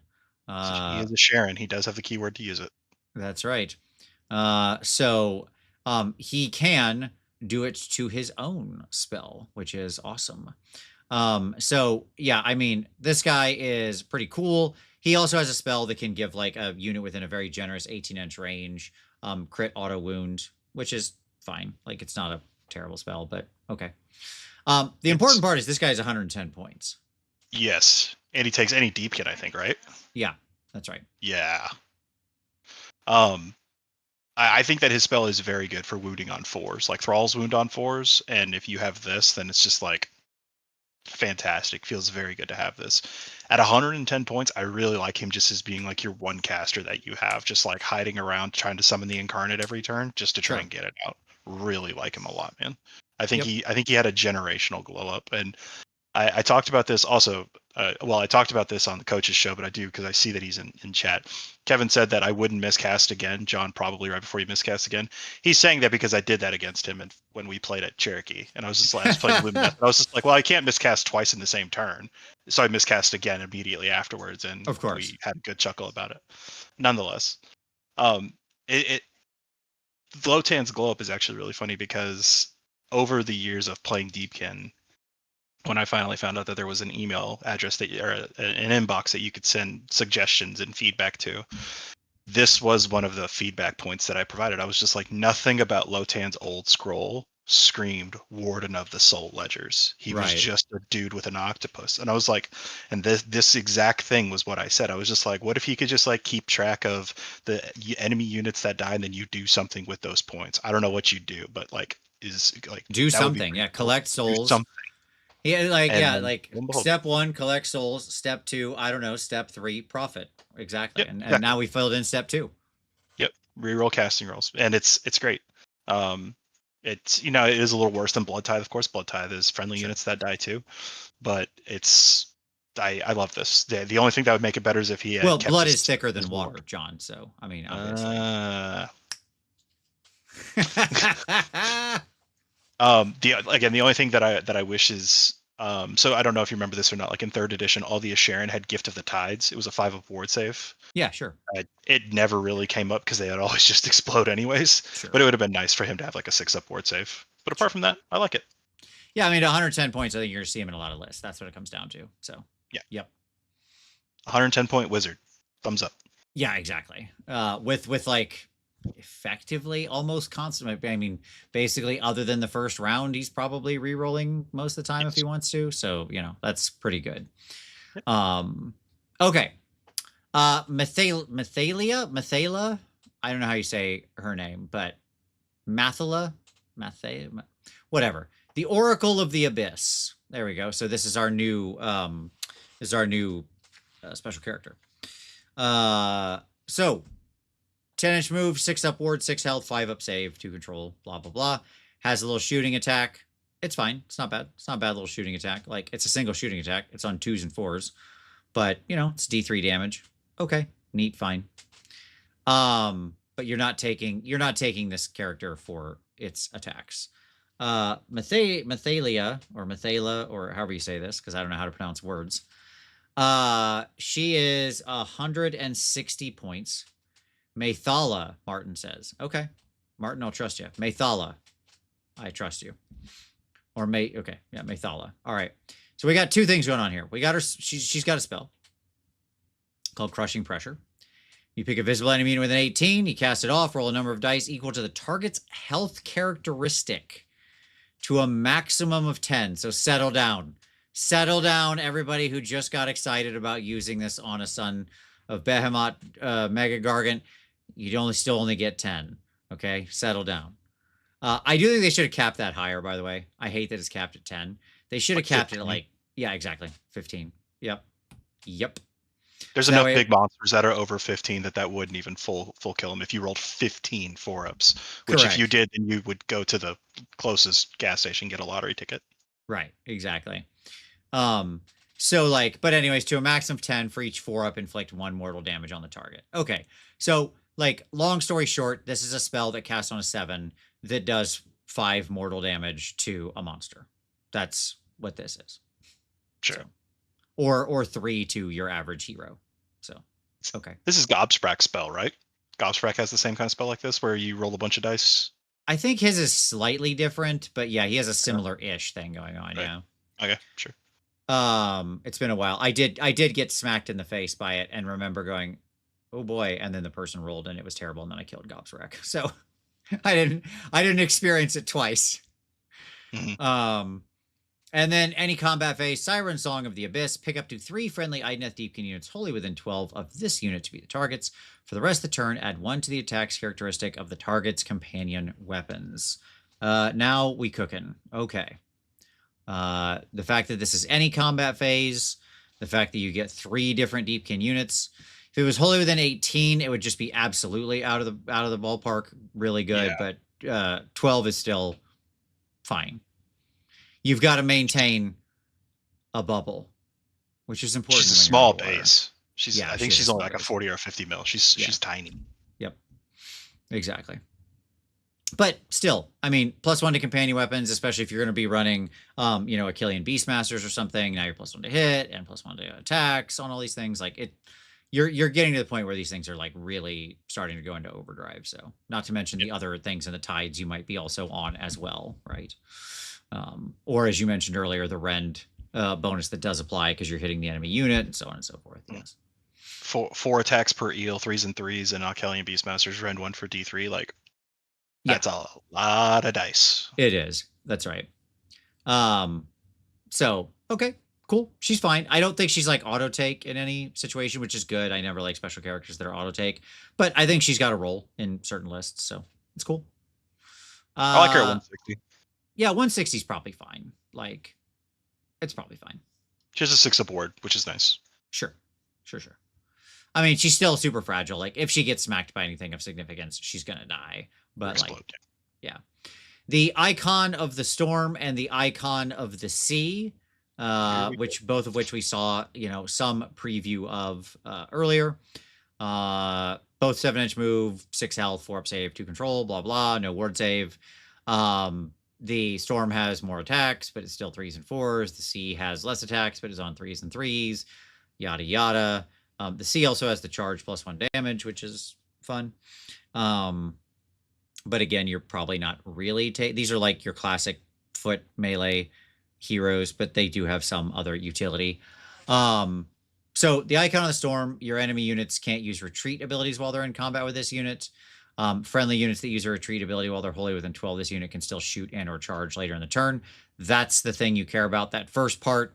Anything you wanted to pin down killed him. Yeah, there is no first sentence to that rule. There is only the second sentence. Correct. Like, I've pinned your chosen so you can't retreat. Oh, what happened to my Icon of the Storm? He became red mist. Yep. And then the once per battle, any combat phase, Storm of Blades. This unit can use 2 fight abilities, blah, blah, blah. I stopped reading. I don't care. Getting this guy to survive to the strike last would be the truly impressive accomplishment. That's exactly what I was gonna say. It's like that's the ticket. You got to just get him to survive. Right. And then even if he does, I don't even think he does that much. Yeah, like realistically, I'm on the fence on this guy because you're taking this hero solely for that second sentence in the first box, right? Mhm. And it's giving you retreat and shooter charge and a bubble around him for 120 points. That's how much this guy costs, right? And so it's a question of like, in your game plan, is that really worth it? And my answer is maybe, but that's tough. The role that I saw him filling at a semi-reasonable level would be like running around to places of power, trying to get free unbinds or like turning stuff into obscuring, and then like moving that 12-inch bubble of retreat and shoot and charge around just to be a little satellite nuisance. Apart from that,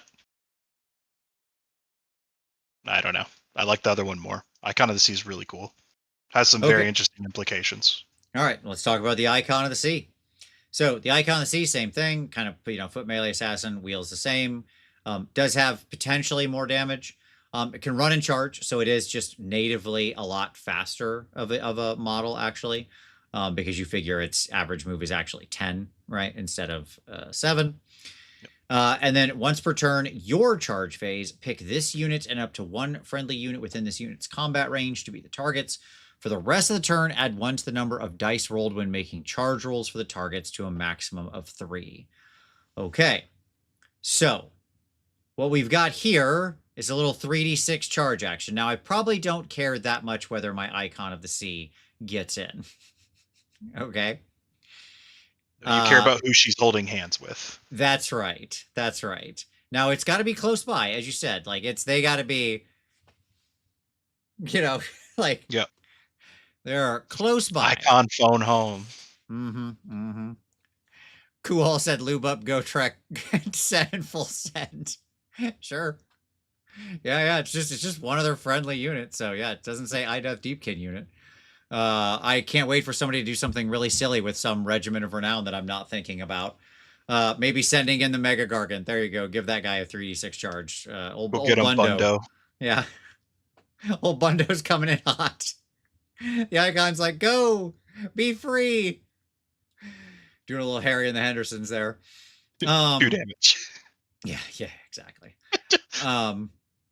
This whole show on just like how bad Mega Gargants are in this edition. But anyways, yeah, I mean, like real talk. By the way, the Icon of the Sea is 130 points. 10 points more. You're not forced to complete the charge, or you could go charge something else, or you can go like there's options just because you don't have to charge that target, right? Or anything like that. Like you're not declaring a target with it.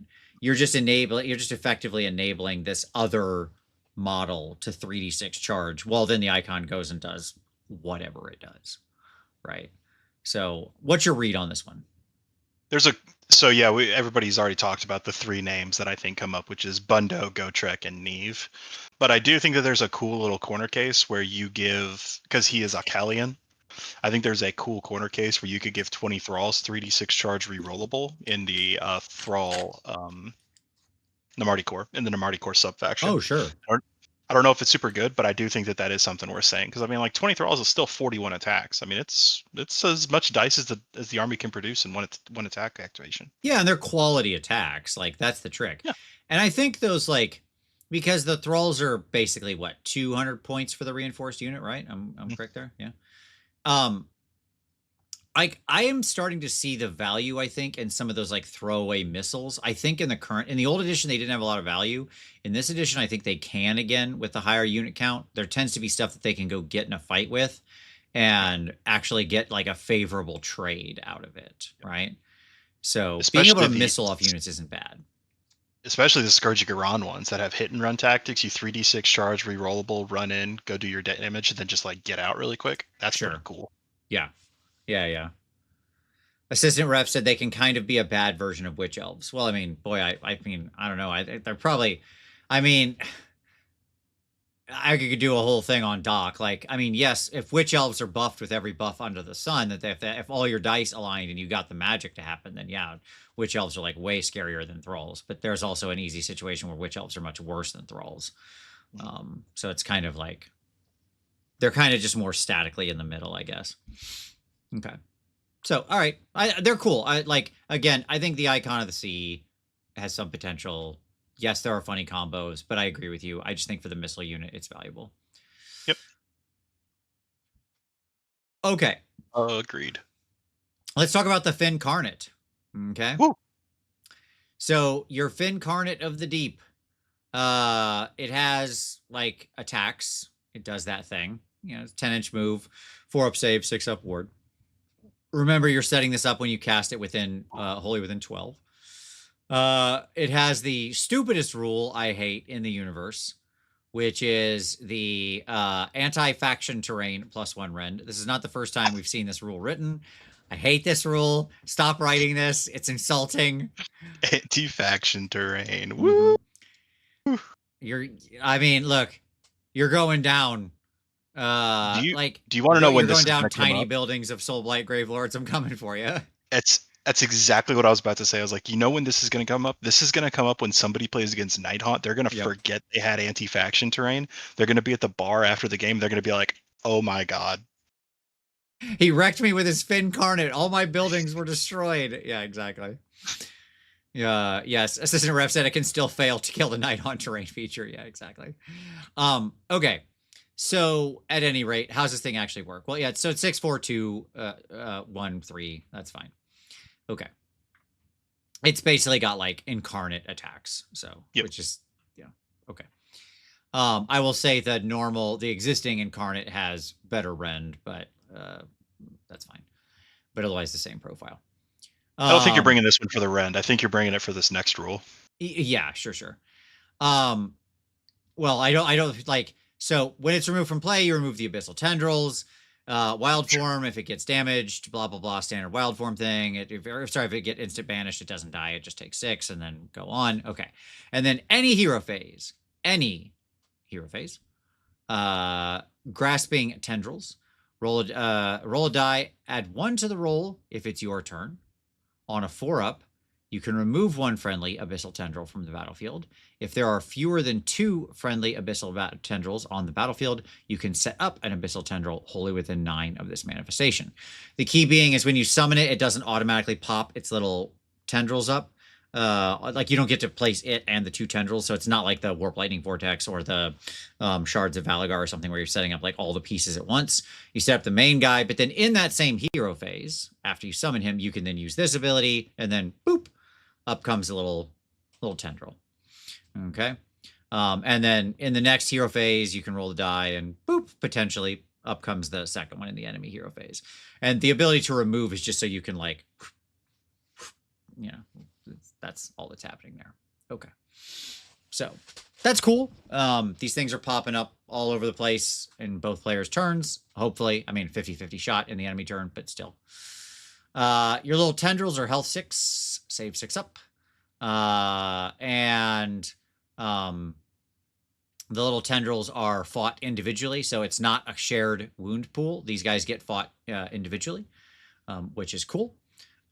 So again, unlike the other multi-part, it's basically not a multi-part manifestation. That's really the take-home point here. Once per turn, army any combat phase, pick an enemy unit and combat with this manifestation to be the target. Effect, roll a die. If the roll exceeds the target's health characteristic, the target is ensnared for the rest of the turn. A unit cannot use commands while it is ensnared, and you also get +1 to hit if you're targeting from it while you're attacking ensnared units. So cool. Good at fighting little things. Yep. Yeah, so if you had all of them out, or if you had both of them out, I mean, you're looking at like 14 attacks, Force 2s, Rend 1 for 3 to D3 damage, which is fine by itself. But I like that this is like 24-inch threat range for you to be able to like reach out and just like poke somebody with the 10D if you really, really want to. The 2 things to note, though, it's one of them was already said in the chat, is that you can banish the baby tendrils for free. So those are just banishing on a 6. There's no wild form for the baby tendrils. Right. Those can just get banished on a 6. But the other thing is that since they don't have a move characteristic, people can just redeploy right out of them if they really want to. So Right.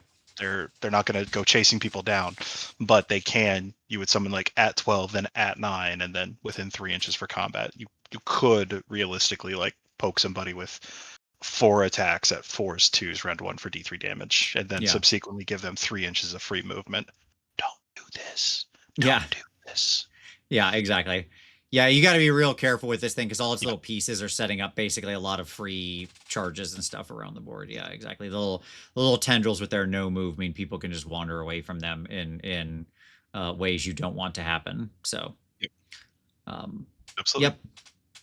Yep. Okay, but I think people will play around with it. It does have quite an interesting threat range there. Again, so it's an interesting little pattern of what this thing does over the board, especially with your ability to start messing with like sort of things over on the sides that want to start like are that are trying to basically go score points, and you're like popping up tendrils and causing problems. So yeah. Agreed. Cool said, sounds like a worse Warp Lightning Vortex. Cool, it would be hard to get worse than the Warp Lightning Vortex. The Warp Lightning Vortex is one of the most frustrating manifestations in the universe, because the Warp Lightning Vortex just says cast around a unit, do almost nothing except cause them to have -2 to their counter charge, but then still allow them to auto charge almost anything because they just charge the thing that's standing right around them. I hate it. I hate it so much. Okay. All right. That's basically the scrolls. Was there any scroll we didn't talk about that you wanted to hit on? Let me scroll up through this. I still like the Alopexes. There was no change to them. They're still, 12 move, 8 health, 4 up armor save. Still a fan. The Marty Thrallmaster. Yeah, no, I think we hit all the high notes. Okay, cool. Turtle still turtling, obviously. That's right. We mentioned the weird shipwreck thing, and we talked about the Morsar Guard alternative play at the beginning. Okay, cool. Let's talk Armies of Renown. All right. Okay, Armies of Renown. So we got, as per usual, 2 Armies of Renown. I say again, I'm going to continue to make this call. This is my Pliny the Elder moment. Do more with Armies of Renown. Add more Armies of Renown. I want to see a Scourge of Gyran expansion that is just Armies of Renown for every army. I think these are the best thing you can do. I think this adds so much to the game. I think it allows people to play with their collection in new and fun ways. I don't care if they're competitive or not. Frankly, that doesn't interest me much. They're giving people... Cool. They're just cool. This is like... I loved these when they started with them in 6th edition. Or, heck... I think you could go all the way back, like, I think the 4th edition Empire book had, like, weird versions of this in it. So, like, this is a classically Warhammer thing. Stop sticking yourself to just 2 of these. Go farther, you cowards. This is the best thing you're doing. Do more. Okay, here we go. All right. So, we've got the first Phalanx of Iron Rack. Iron Rack. Eon Rack. Iron Rack. What he said. You heard it. Had it right the second time. You got it. Yeah, there you go. Your roster options. Volturnus, High King of the Deep, must be included and must be your general. Any Achillean units, and you cannot include Regiments of Renown. So that's your list. It is Volturnus and your Achillean units. Yeah. Okay. So, your battle traits are the Last Living Sithai. The friendly Volturnus has Strike First. Okay. I love when they have to write rules like this because like it is correct, like how it's written, but it is the funniest sentence to me to say the friendly Volturnus has a Strike First. Like we've got ourselves into a weird world where we have to write in this legalese, but I get it. Once per turn, army, your hero phase, teachings of the... I'm not even going to try. So I'll tell you this.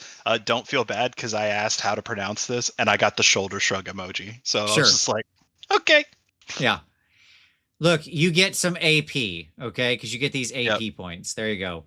G-Well, thank you for the super chat. I'm with you on this. Give more Armies of Renown. Make them more advanced. Give more stuff in them and make them characterful as heck. Yes. Yes, G-Well. We need to get this call echoing from the mountains. That's right. That's right. Thank you for the super chat, G Well. Absolutely. If you haven't hit like or subscribe or that kind of stuff yet, hey, do that. And also, thank you for super chatting. It really helps the show. Okay, so whatever. In your hero phase, you get D3 APs. All right.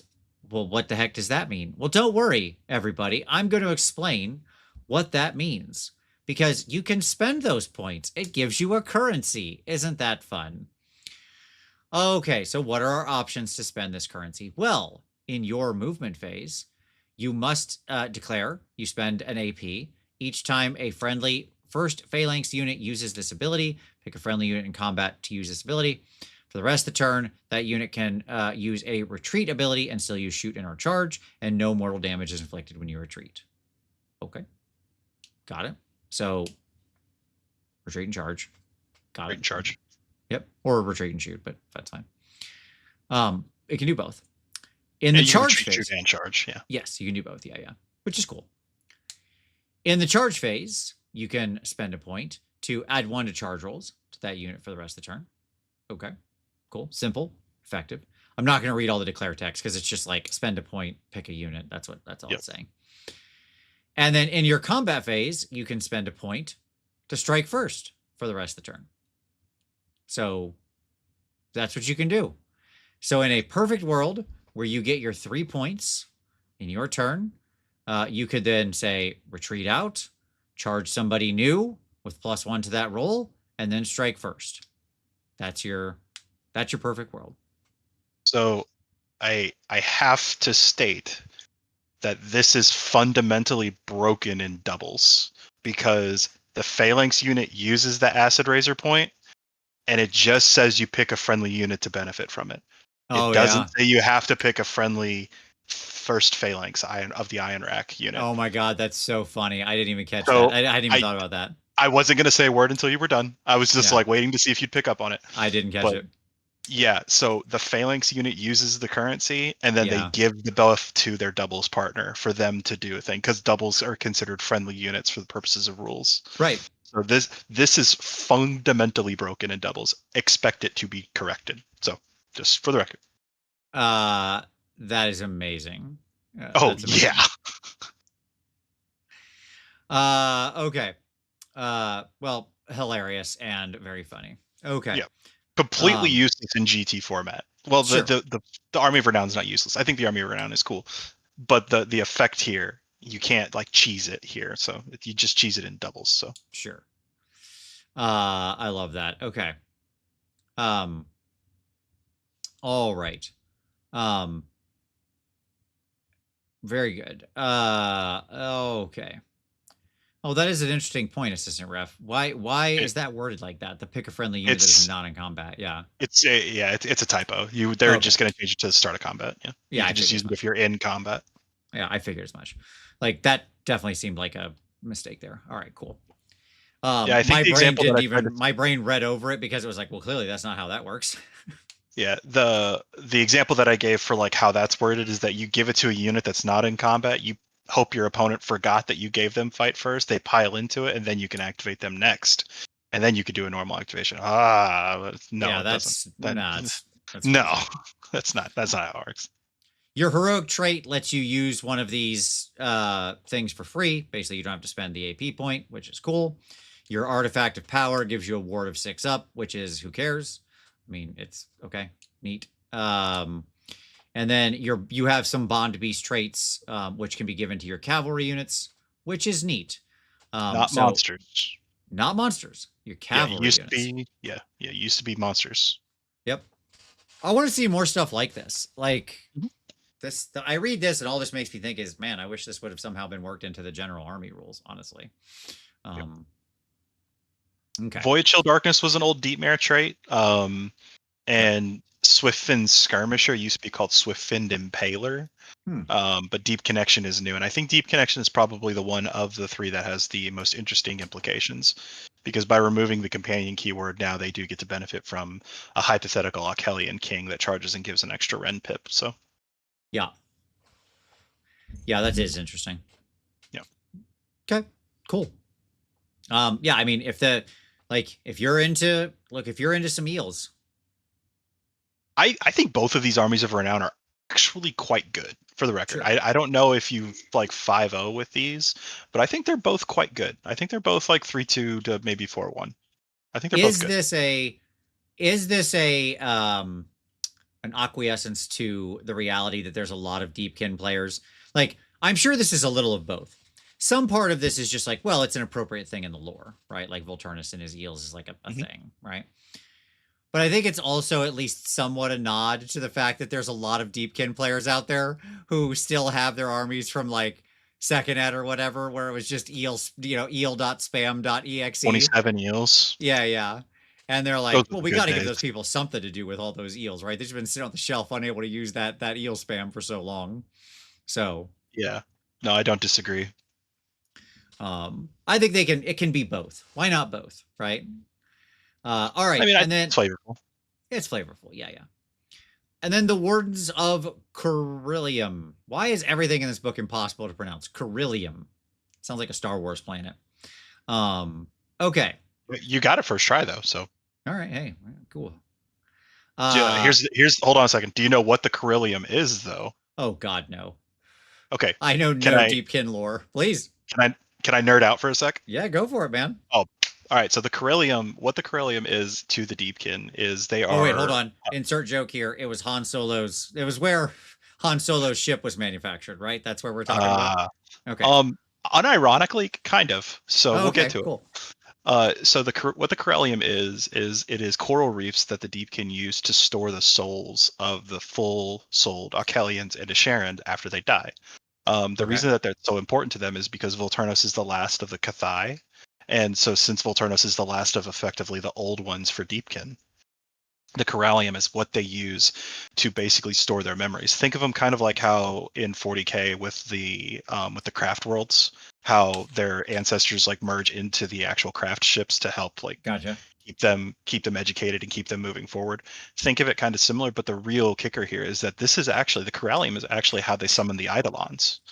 So they go to the Corallium, which is the reason that the rule that we're about to read, it's the way that it works the way it is because the Corallium, they consult the Corallium in times of war or in times of need, and they're just like we need help, and the spirit of Mathland manifests itself through the souls of the slain Idoneth into the aspect of the storm or the aspect of the sea, whatever the time calls for. So neat. That's cool. Okay. Fun. All right. Excellent. A Bond Beast trait is a unique enhancement that can be given to first phalanx cavalry units. A unit can only have one Bond Beast trait. So that's to answer the previous question of who you're giving it to. You're giving it to a unit there. Okay. Great. So what can you take here? The Eidolon of Mathland or the Eidolon aspect of the sea or aspect of the storm, effectively. One of these must be included and no more than one can be included. I assume based on your lore story, it's whomever decided to answer the call and wake up. So cool. And then any Ishran, any Namarti, and then Akelian infantry. And then, of course, as per usual, no regiments of renown, which is fine. Your battle traits are once per battle army in the deployment phase, the ocean conceals. You take your Eidolon and you set them in reserve, awaiting a summons. But this is really like they did just build this off the lore, didn't they? Yeah, all right. I feel so much. I know so much more about. I get this now that like I know the story. Okay. Yep. And then so yeah, you can put it in reserve effectively. Okay. And you've got your spirits of the Corallium. Each turn, you can gain up to 1 Corellium spirit point. You gain 1 Corellium spirit point the first time one of the following occurs in a turn. You make an unmodified casting roll of 8 or more from an Ishran wizard. An enemy unit is destroyed while it's within 12 inches of any Ishran units, or a friendly unit is destroyed while it is wholly within 12 inches of any friendly Ishran units, or while it is contesting an objective you control. Okay. So that's how you get the points. Kill enemies in various circumstances or make a good casting roll. Cast spells. That's right. Once per battle army, your combat phase, call forth the tsunami. You can only use this ability if you have 3 or more Corellium spirit points. Pick a friendly unit awaiting a summons to be the target. Set up the target anywhere on the battlefield, then inflict D3 mortal damage on each enemy unit in combat with it. So the key here being is that your little guy who goes in reserve, it's a very different thing. You don't just get to pop him up whenever, right? Now, these spirit points, you can get them a max of 1 per turn, but that's per turn. So the important part to register here is that the earliest he could be arriving is the top of turn 2, right? Correct. If you did everything went right. If everything went right, there you go. That's the best way to say it. Yes, 100%. Best case scenario, you get him top of 2. Right. It would still have to be your turn since it's in your Yes. combat phase. He gets set up, so you'd have to be going at the top of 2. But it's cool. He can set up directly into combat and like do some free bonus damage too. Very, very powerful, obviously, to just pop that thing up in the middle of the fight. And then once per turn, army, any combat phase, Wrath of the Mathland, pick a friendly Corellium Eidolon unit that has not used any rampage abilities this turn to use this ability. That unit can use 2 fight abilities in this phase. After the first is used, that unit has strike last for the rest of the turn. The unit using this ability cannot use any other rampage abilities for the rest of the turn. So you can pop him up and theoretically fight twice with him as well. So pretty cool. This is the insurance because you won't be able to power through with him because you haven't charged. Right. So that's your insurance. So the obviously the Storm Eidolon is the one that people would want to pop up and try and insta-give Pontifex, for example. But the thing is two things to note. 1, you won't be able to power through because you didn't charge. But 2, more importantly, you also won't get the charge +1 damage. Right. I think that it would still be fine if they had included a clause in here that says that unit counts as having charged this turn. Yeah. I think it would still be fine. I don't think that would even be like aggressively powerful. I think it would just give you insurance, and I think that's okay. Sure. Because the Eidolons only move 10 anyways, so right. Well, they could have even limited it to like just if they didn't want you powering throughout a combat, because maybe they're like, well, we don't want you to pop up and then leave, right? Like maybe they want that to not be a play pattern. They could have said like this unit counts as having charged for weapon abilities this turn, right? Like they could have done that. Oh, sure. To still give just because it does feel like you're really losing out on like a big chunk of its damage potential there by not having that charge +1 damage. I agree. Okay. Your other stuff, the rest of the stuff, as it were, heroic trait is Serve the Enclave. It's a passive ability effect. While this unit and a friendly Corellium Namarti unit are contesting the same objective, this unit has a control score of 10 that cannot be modified. Okay, fine. If you've got that much stuff on the objective, I'm not sure what's going wrong with it, that you need that much control power, but all right, that's fine. I'm generally mid on control power abilities anyways, but like this one feels like kind of a hat on a hat. I'm not going to lie. The Artifact of Power, the Ammonite Carnix. Sure. Pick a friendly Corellium Namarti unit that has been destroyed to be the target. Set up a replacement unit with half the number of models. Blah, blah, blah, blah, blah. So, yep, it's your recall, which is cool. Doesn't cost anything either. So it's better ruler of the spirit hosts. Yep. It's automatic, which is cool. Obviously, it's a once per battle ability, but it's nice. Oh, sure. Take your 20, turn them into 10. Take your 10, turn them into 5. Great. Any kind of replacement uniting is good. So never bad. Mm-hmm. And then you have a spell lore. This one's interesting because it's like they split the diff.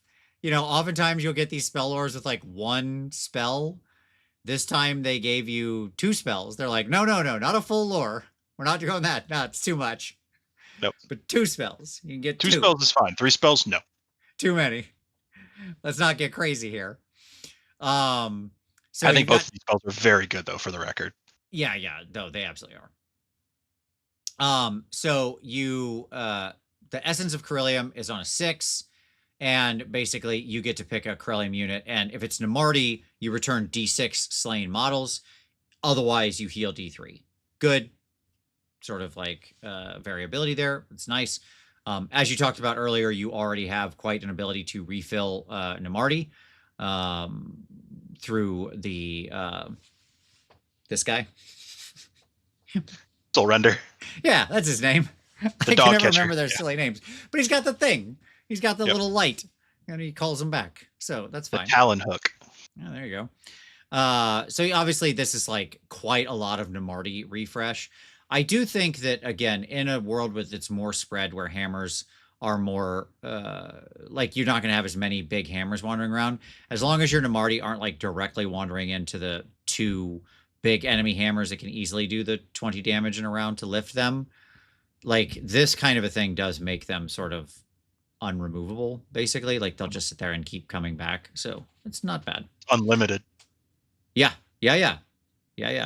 So you could bring back a lot of Namarti, or you could heal a bunch. So Yes. that spell is very, very good. Like if you've got multiple people around your Eidolon and it's real injured, obviously you can just just sort of refill that thing back up. Classic stuff. And then your other spell is Slipstream on a 6. And again, it's targeting a visible friendly within 12. Each model in the target unit can move up to d6 inches. That move cannot pass through or end within the combat range of an enemy unit. But it is any friendly Corellium unit that is not in combat gets to make this move. We would call this spell cast a spell to run for free without running. You want to know who this is really, really good with? Who's that? This is very, very good because this regiment or this Army of Renown can take Arkelian infantry units.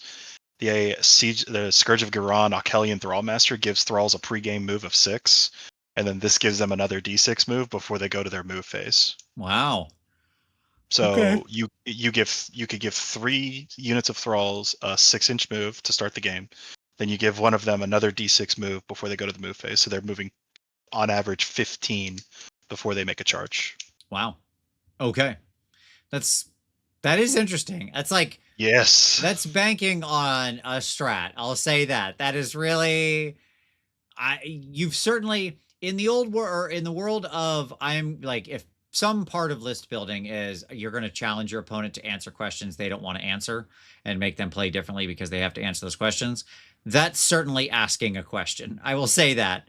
Like 70 Namarti in your face or something like that, which is probably but that looks like, is certainly a question, right? Or not 70, sorry, 60, 50 or 60, sorry, apologize. So the first unit of 20, they move 6, then they get a d6 move. The second unit of 20 gets a 6-inch move, but gets a 3d6 charge. Sure. 40 Namarti in your face, top of 1. Yeah, there you go. Yep. And then they all explode and you lose. I mean, I'm not sure that's a terrible strat to use, like with your, because you don't technically have to throw away the icon of the sea for that, right? Like, because he doesn't. She have just to go handholds with them. Yeah, exactly. I'm not sure that's a terrible use of 400 points. I'll say. No, not in the meta that, or not in the meta that we've evolved into. So like somebody that I was talking to on Discord recently said that, because they asked me, they're just like, "Hey, what have you been brewing for fish?" And I'm just like, everything. Like I've been testing everything. And they said, like, how do you feel about Thralls? And I said, I'm pretty high on Thralls. They're like, well, I would be too if I didn't already have Daughters of Cain. I'm just like, okay, well, let's actually go through this thought experiment. I was like, what happens if you make fish go first? They do this with 40 Thralls before you get your witches with their buffs up. Those girls are not going to have a really great day. Those are Ren 2 Thralls with 41 attacks a unit. Like that's I'm more thinking about it of like an optional move. It's not always my plan because I think the 40 Thralls could have a play otherwise. Like we talked about other strats you could use them with. It's only 400 points. Right. And like to me, what it lets you do is if their scouts and stuff like that aren't well protected, like I honestly, you could sort of cut the head off the beast kind of right away against a lot, like depending on what their battle tactic plans are, right? It actually could be a really interesting strategy to like, if they give you the opening, right, where you can like basically make it so they don't have enough scout units left. Like if you get them down below 3 scout units, right, at the beginning of the game, or you make sure that they can't get to the center, right? So that shuts off a tune to Gairan or whatever, right? Like depending on what their battle tactics are, it actually is kind of an interesting play. I think if you're going up against like several different kinds of like slaves to darkness lists, you're not doing it because there's just that's not what they're doing. They have a different plan. They have a bunch of hammers. Your guys are going to bounce off and effectively do nothing, right? And then just get murderized. I think in that case, so I think it's an interesting 400-point plan to have in your back pocket because it's not like that icon later in the game isn't still going to be valuable to be able to missile those guys at somebody later on, right? So, yeah. Well, that's interesting. Okay. I like a plan where like I can employ it if there's value based on the enemy setup and the battle plan in question, right? So, yeah, okay. G-Well coming in with the super chat again saying, Vince, make some lore vids of your favorite AOS factions. It'd be fun. All right. Okay. We'll do a lore vid. We'll do a lore heavy vid. I'm in for that. I'm in for that. So assistant ref says your Namarti don't have any ward, no minus to be hit. You have no teleports, no fights first. You give up so much in this AOR. I'd love to be proved wrong, but making this AOR work seems rough. I mean, I guess we'll see. It's interesting. You're probably right, but I'm interested nonetheless. I'm not purporting that the wardens of the Corellium are better than the actual battle traits. I'm just saying that if somebody came up to me, they're like, "Hey, I have a tournament and all we're allowed to play are Armies of Renown," this would be up high on my list of Armies of Renown to play. Okay. Which I think actually, hold on a second, that would actually be a pretty metal tournament. That would be a cool tournament. Why hasn't anybody done this? Why hasn't anybody done that yet? That would be such a good idea for a tournament. Yes. You can only bring Armies of Renown. Oh, dude, that would be awesome. Did we just solve tournaments? I think we did. All right, what's going on here? All right, TOs who are watching, spread the word. Like that's somebody called Gareth Thomas. Exactly, Gareth. Where you at? Get on. He's not watching right now. I'm sure he's got something else going on. He didn't care about the fish people. But Gareth, if you watch this back later, make this happen. TO Old Town Throwdown next year. Army of Renown only. What a good idea that is. Oh man, that would be an awesome tournament. Yes, absolutely. Oh man. Okay. Anyways, that's such a good idea. And then you have access to the to the manifestation. That's the other thing here. So okay, cool.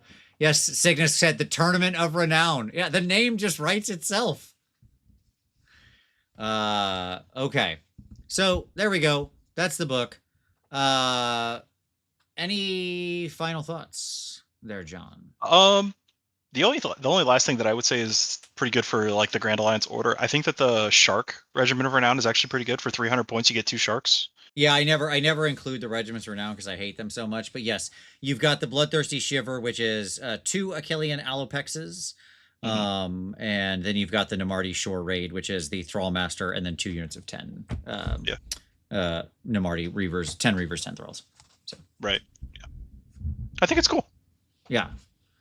Yes. I don't think they're great, but I mean, like the sharks are cool because it gives armies that like Fire Slayers that may not have super mobile units. It gives them access to 2 scouts for that matter, 2 scout units, and the Namarti Shore Raid is a deep strike. I think.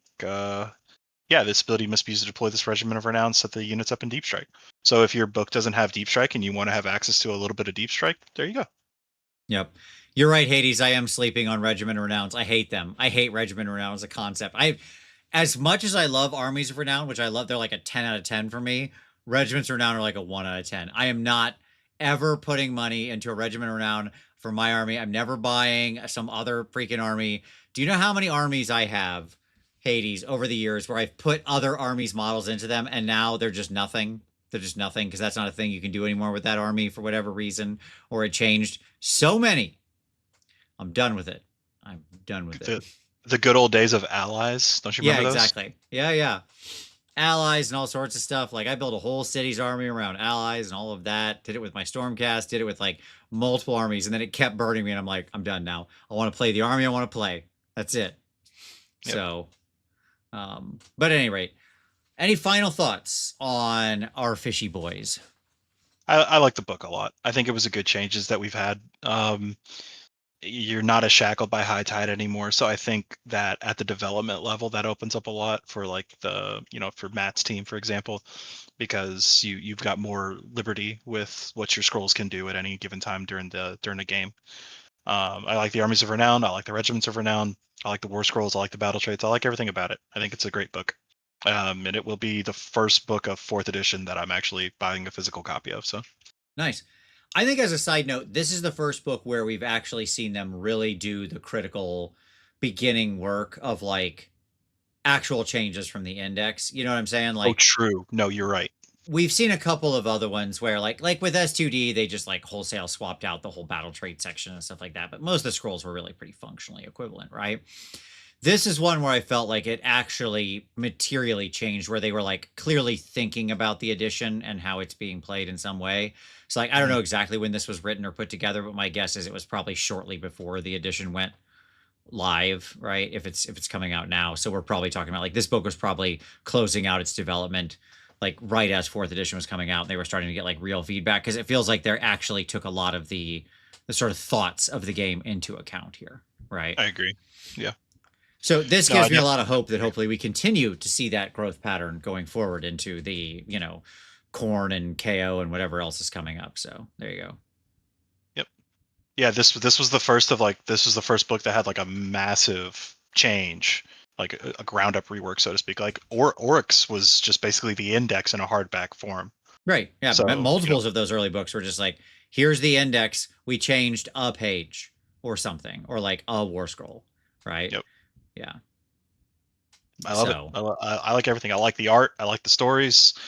Um, I can tell, and please, anybody that I play in the next calendar year, please do not feel a kind of way about this. If I'm sitting down while we're playing and you're moving your models and I'm just reading in the lore section, I'm not disengaged. I'm listening. I promise. I'm just really interested in about all this really cool fluff and the lore because I like it a lot. very nice. Like Uh, Thrallmaster Cascalon, the Soul Renders, King Nemitar. Thumbs up, baby. Let's do it. all right. There you go. I agree. I think this is actually a really good book. Like I said, my only downside fear is I do think it has, I think like a player just picking this up and trying to run it like you would run Stormcast or S2D or something like that, is going to have a very probably bad play experience, honestly. Yeah. This requires a lot more like deep thought. There's going to be a lot of more choice points that you've got to make like the right choices on. You're working without a net, right? So, um, yeah, I mean, it's uh, it's super relevant.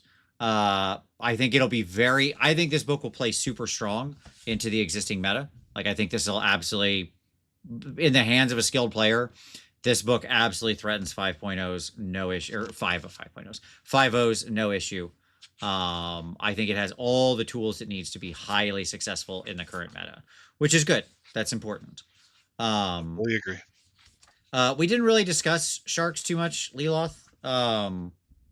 You talking about ensnared? The I mean the charge rolls. I mean it's enemy monster or cav units, and then if you hit them on a 3-up, you subtracts 1 from the dice rolled for their charge. I mean you have a spell that's having their charge, so I'm not sure that's not like doing a lot of the same work. I don't know that you really need the shark. Leela said auto include 2 per list. Thoughts? I don't know. I'll get your take on that here, John. What do you think? Are you putting sharks in your Um, list at all? Yeah, I do like sharks. Sharks had ensnared previously. Yep. Big thing to note is that their weapons or ranged weapons are modular. You either get Ren 2 damage 3 into monsters or Ren 2 damage 3 into Cav, depending on what loadout you take into the battle. However, with that being said, it doesn't matter if it's monster or cav, whatever, either between the two, if you do damage to it, you do get the opportunity to remove one of their d6 charges. And you can do that in Overwatch as well, or Unleash Hell, sorry. You Yeah. can do that in Unleash Hell as well. It's a bit of a Rube Goldberg machine. Like you have to spend the command point, you have to hit, have to wound, have to do the damage, hope they don't ward it, and then you have to hit a 3-up, I think it is, to Yeah. remove one of their charge dice. So it's a bit of a journey to get there, but yes, it's a very powerful ability that I've utilized a lot. Yeah, I think it is super good. I think sometimes you're gonna like against my Skaven list, I'm like, okay, I don't have either of Yeah, those things you're yeah. There's talking there's about. sometimes you'll never use it, but I mean, then there's other times where, for example, you'll turn Blood Knights into 1d6 charge, Which and is now great. all of a sudden, Blood Knights are just like, well, we got invited to the game, Right. so awesome. Yeah, exactly. So like, I think it's one of those things. I my main fear with it is I never like banking anything on 2 attacks. Yeah. Right? Especially with a dice roll in the back end. If it was Yep. like, oh, you do damage and then this happens, I would feel a whole different way about it than I do with like you have to hit and wound and get through their armor and do damage and then roll a 3-up. It's that because I just know like that's a lot of basically 3s you're needing to roll, right? Is what it comes down to. You stand at an actually pretty high statistical chance of failing one of those. Yeah. And not getting the effect off like when you need it, right?